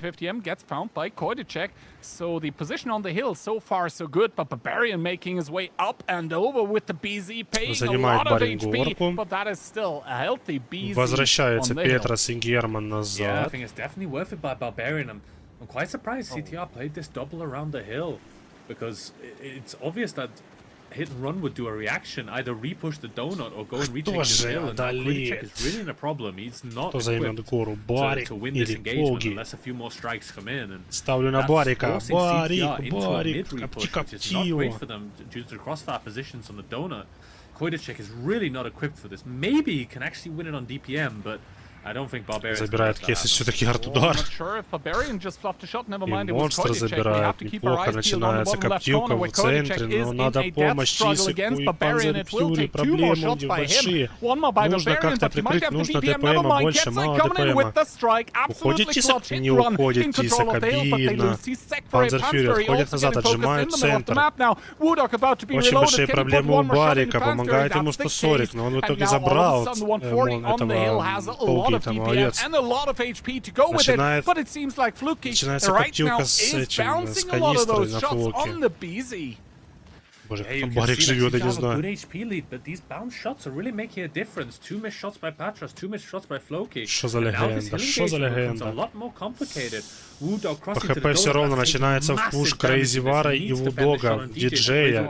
Ай, Барик, живи! Убивает Барика, кидается арт-удар диджея, не попадает диджея, забирают они вместе с Крейзи, забирает с монстром и диджей. Крейзи, очень неудачный вкат, если честно. Остается 4 в 3, и это как будто 2-1. Остается 2 в 4. Праника собирает Герман, по идее, сейчас. Но это уже не заберут они. Если сейчас закроют флоки, монстр поедет закрывать Германа. Well, CS63, so strike medium and double E50M with Floki on the hill, but he is getting rushed by Katsai. And yes, the 140 has the Inspire, but the E50M, it has the X, it has the funny button, and as we can see, he has the level 3 ability. That is absolutely, yeah, nothing you can do with the 140 against this Katsai, not bouncing those either, just toying with his food at this point in time. Another bounce shot from Floki, and you really cannot help but wonder, how does this game go? Ну, на тоненьком, кстати, если бы они не отпустили Кесича у хитов на арт-ударе, то, возможно, бы все бы по-другому намного. This 140, you know, I know Floki very well. I'm good friends with him. Герман пытается выжить, но арт-ударом набирает Кесич. You gotta be connecting those. It's such an important kill to make, and he'd have so much more HP if he'd connected them. Same with this engagement at the donut with the BZs. Забирает хиты первую карту. It's the 2-on-2. Первый бой на карте. Yes, hit have more HP, but there's still potential in it, and this was really CTR's game, actually. They were up 5k at one point. 5k. Возможно, немножко скива не хватило именно в моменте, где по ДПМу ЦСКА на горе Барика должна была выигрывать. Но из-за того, что там Барик был, он скилловый немножко, ну, я как мое мнение, он его переиграл на БЗ. Потом еще закрыли 140. Они два танка убили об одного Барика. Легенда. Yeah, it is a little bit. I know Floki. He's like a 6k DPG player. He needs to be hitting those. Well, that enables Hit, to be honest, the Purple Dragon to snatch the Ой-ой-ой, там Кесич накоптил 6700, вот это да. Well, the Czech Lion kind of looking a bit sad. Фрэнк почти пятеру дал, Барик 4, хорошо, вообще красавчик. Yeah, I mean, Crazy has 5k. He would have multiple small strikes, and not a single connection. Let me actually check in the game how many roll skill uses the CS63s have. So, Kritichek, he has 2 roll skills used. Evo, 2. Crazy War would have maybe 3. It's gotta be connecting. I think Ivo's is small strikes. No, actually, I think Ivo got 1 big strike actually, and maybe 1 small strike. But still, it's gotta be. You gotta be connecting the. If you're taking CSs, you get those small strikes. You gotta connect them. It's a small circle, and it's not that easy. It's harder than it seems to connect a CS small strike. But these are little things that make the difference. This and the bounces. This was CTR's game, 100%. And To be honest, I think the CTR players know. Like, after a game like this, where not only one person bounced shots, but quite a few of them ended up missing or bouncing the shot. Like, also, Ketzai was able to do so much this game, but that was just the case because the BZ at the start of it didn't hit both of the shots. Ketzai essentially starts with 700 HP instead of 2000, then, you know, that DPM, E50M, all of a sudden becomes a lot less worrisome for the opposing team. I mean, for me, it was the hill. That was the biggest thing. Not just Floki, but also, I can't remember, I think it was Koidicek on the hill in the CS. I think he also fluffed a few shots when the E50M was up there. Like, these are just little things. Like, this, what people need to realize is we are on the top level of World of Tanks. You can bounce shots at top level, but not this many. It's got to be, I don't know, nerves or, well, how good CTR, how good hit and run are, you know, with their positioning, their movements to be able to bounce shots. But anyway, we need to see if they can bounce back. And, you know, this match has shown me that CTR are up there. They can perform here. Like, they're not, you know, it's not nice to say, but they're not vulgus. They've got all weekend. They've got teeth. To be honest, it feels like the thing that stands between CTR and victory right now is not hit, but CTR themselves, kind of. Yes, I understand what you mean by that. It's themselves, you know. They're hurting themselves. It was a bit like last play day, W against Mafia. It felt like Mafia went winning games. W were losing games. They were hurting themselves in confusion. And it's the same here. I mean, the first round on Ghost Town, fair enough. Ну и последний бой у нас, четвертый. Я надеюсь, последний. Команда СР берет одного БЗ, одного M245V, БЗ-75, Type Heavy, Батика, 140, одного SP2, 114, этого РХМчика. Команда Хитенран берет 3 CS-очки, одного Е50, 2 БЗ-75, одного 140. Активный такой сетапчик у хитов будет. Что-то придумывать, что-то пушить, возможно. Но по дефолту едут всегда на центр, одного ставят на первую, вторую линию.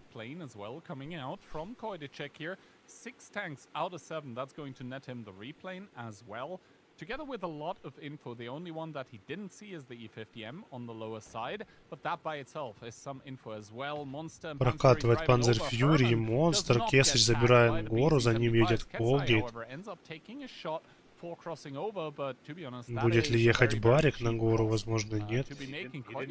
Ага, даст, хотел дать Колгейту, но не успел.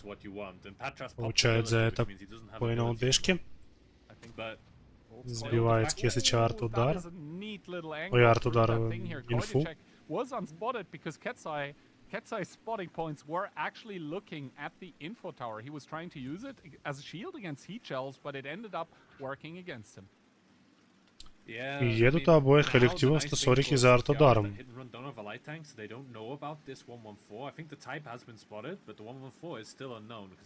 Бля, практически все одинаково делают вообще.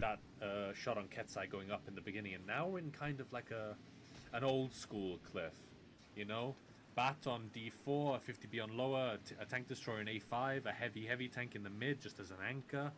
It's what we've seen over the past few years, but I feel like this is a setup that hit and run know how to play against, and they will break this down. I'm just waiting for like a batch. Приехал Флоки Crazy War, и, возможно, будут сейчас пытаться перепушить 140, но хиты тоже туда стягивают Тисака. И будет сейчас бой за арт-ударчик. Ой, Френик. Ай, не пробивает Крейзи Френика. Вот это да, получает Флоки за это. Ай, хорошо. Is going to bleed quite a bit towards Franik in that 140 as Floki, sorry, once again pushes up Koidicek. Начинается войнушка. Тут у Кесача с Колгейтом 1 на 1. Практически идентичные танки. Тоже этого РХМа можно считать тем же СТ. Ну, пока самая активность возле горы. Первая, вторая линия стоят. Третья тоже. break or make games, but you kind of see it again. Crazy War not connecting on the 140. It's consistent across the team. Every time it's a bounce shot, it's different players, but Koidechek is playing well right now. Бегает, Когит. Тычку хорошо. Кесач хорошо. Gives that free shot. Now Ketsai with the advantage. We need to see. Получаем Германа диджея. Получит еще одну, нет? Да, получит. Ай, не попадает. Very lucky to get unspotted here with that bad chat, and honestly, that was all things considered quite the cheap cross. But I'm confused why he even made the cross. He was under no pressure. I guess maybe they want to try and get him up the hill, but still, I feel there are better options. This was a Понимает Когит, что нельзя давать инфу, чтобы 114-му сейчас не скинули нормально. Получаем Германа, диджея размениваются, они по выстрелу друг другу. Не спешат оба коллектива, но Колгейт уже наполучал нормально с Кисычем. Кидается арт-удар. Куда кидается арт-удар? На гору. Хорошо. Минус монстр. Неплохо. Отличный арт-удар.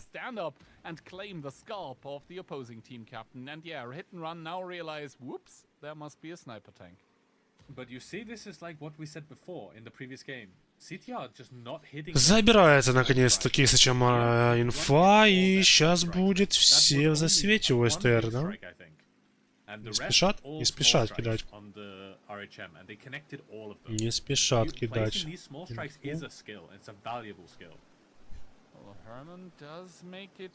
Германа не чекают. Не чекают Германа. Пытается занять он гору, отжать у Кисыча гору. Получает за это по попе. И проблемы у Кисыча. К нему приехал бочастик. Ай, Барик разменивается с Вудогом, не стоится ему на месте. Фоки забирает арт-удар. Позволят ему это сделать или все-таки нихуя?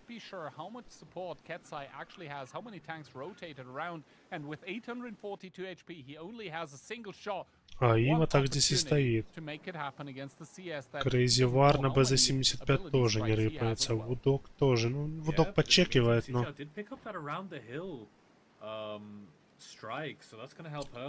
Ну, практически...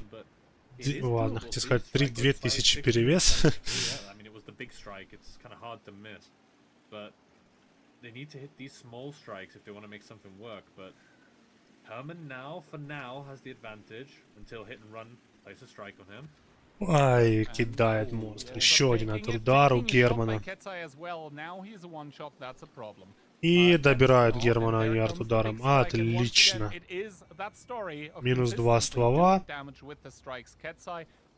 И для hit and run это очень и очень решает. Добирается 2 инфы hit and run'ами, арт-ударчик один.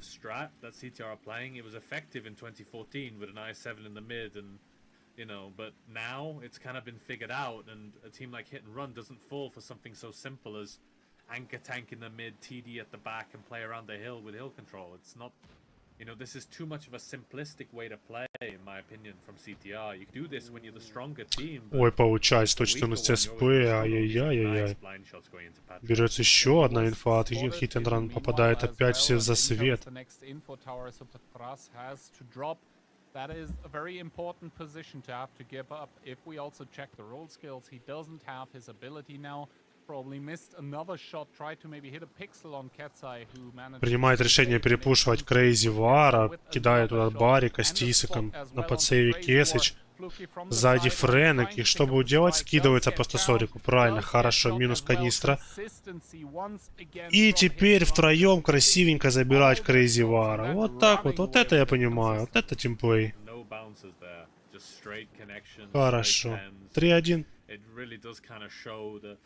This round was kind of a show of force by Hit and Run, to be honest. The kind of, you're going to play such a basic strat against us, well, we're going to punish you for it, and you can see how it is. Приехала бэшка уже, но уже она... From a tactical perspective, this is an effective strat in 2014, but it's been found out. It's been years успела барабан один дать, по-моему. Strategy has been played in 7v7 because there's just too many openings, too many holes you can poke in it.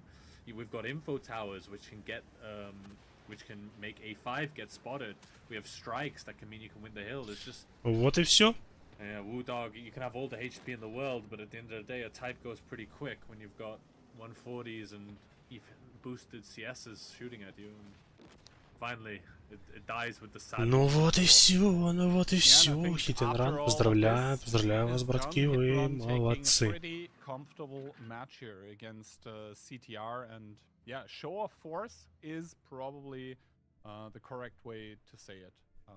Последний это бой на сегодня, следующие бои будут аж 1 числа, и начинаться они будут с боя Hit and Run против Cashback, если не ошибаюсь. Да, начинаться будет Hit and Run против Cashback 1 февраля.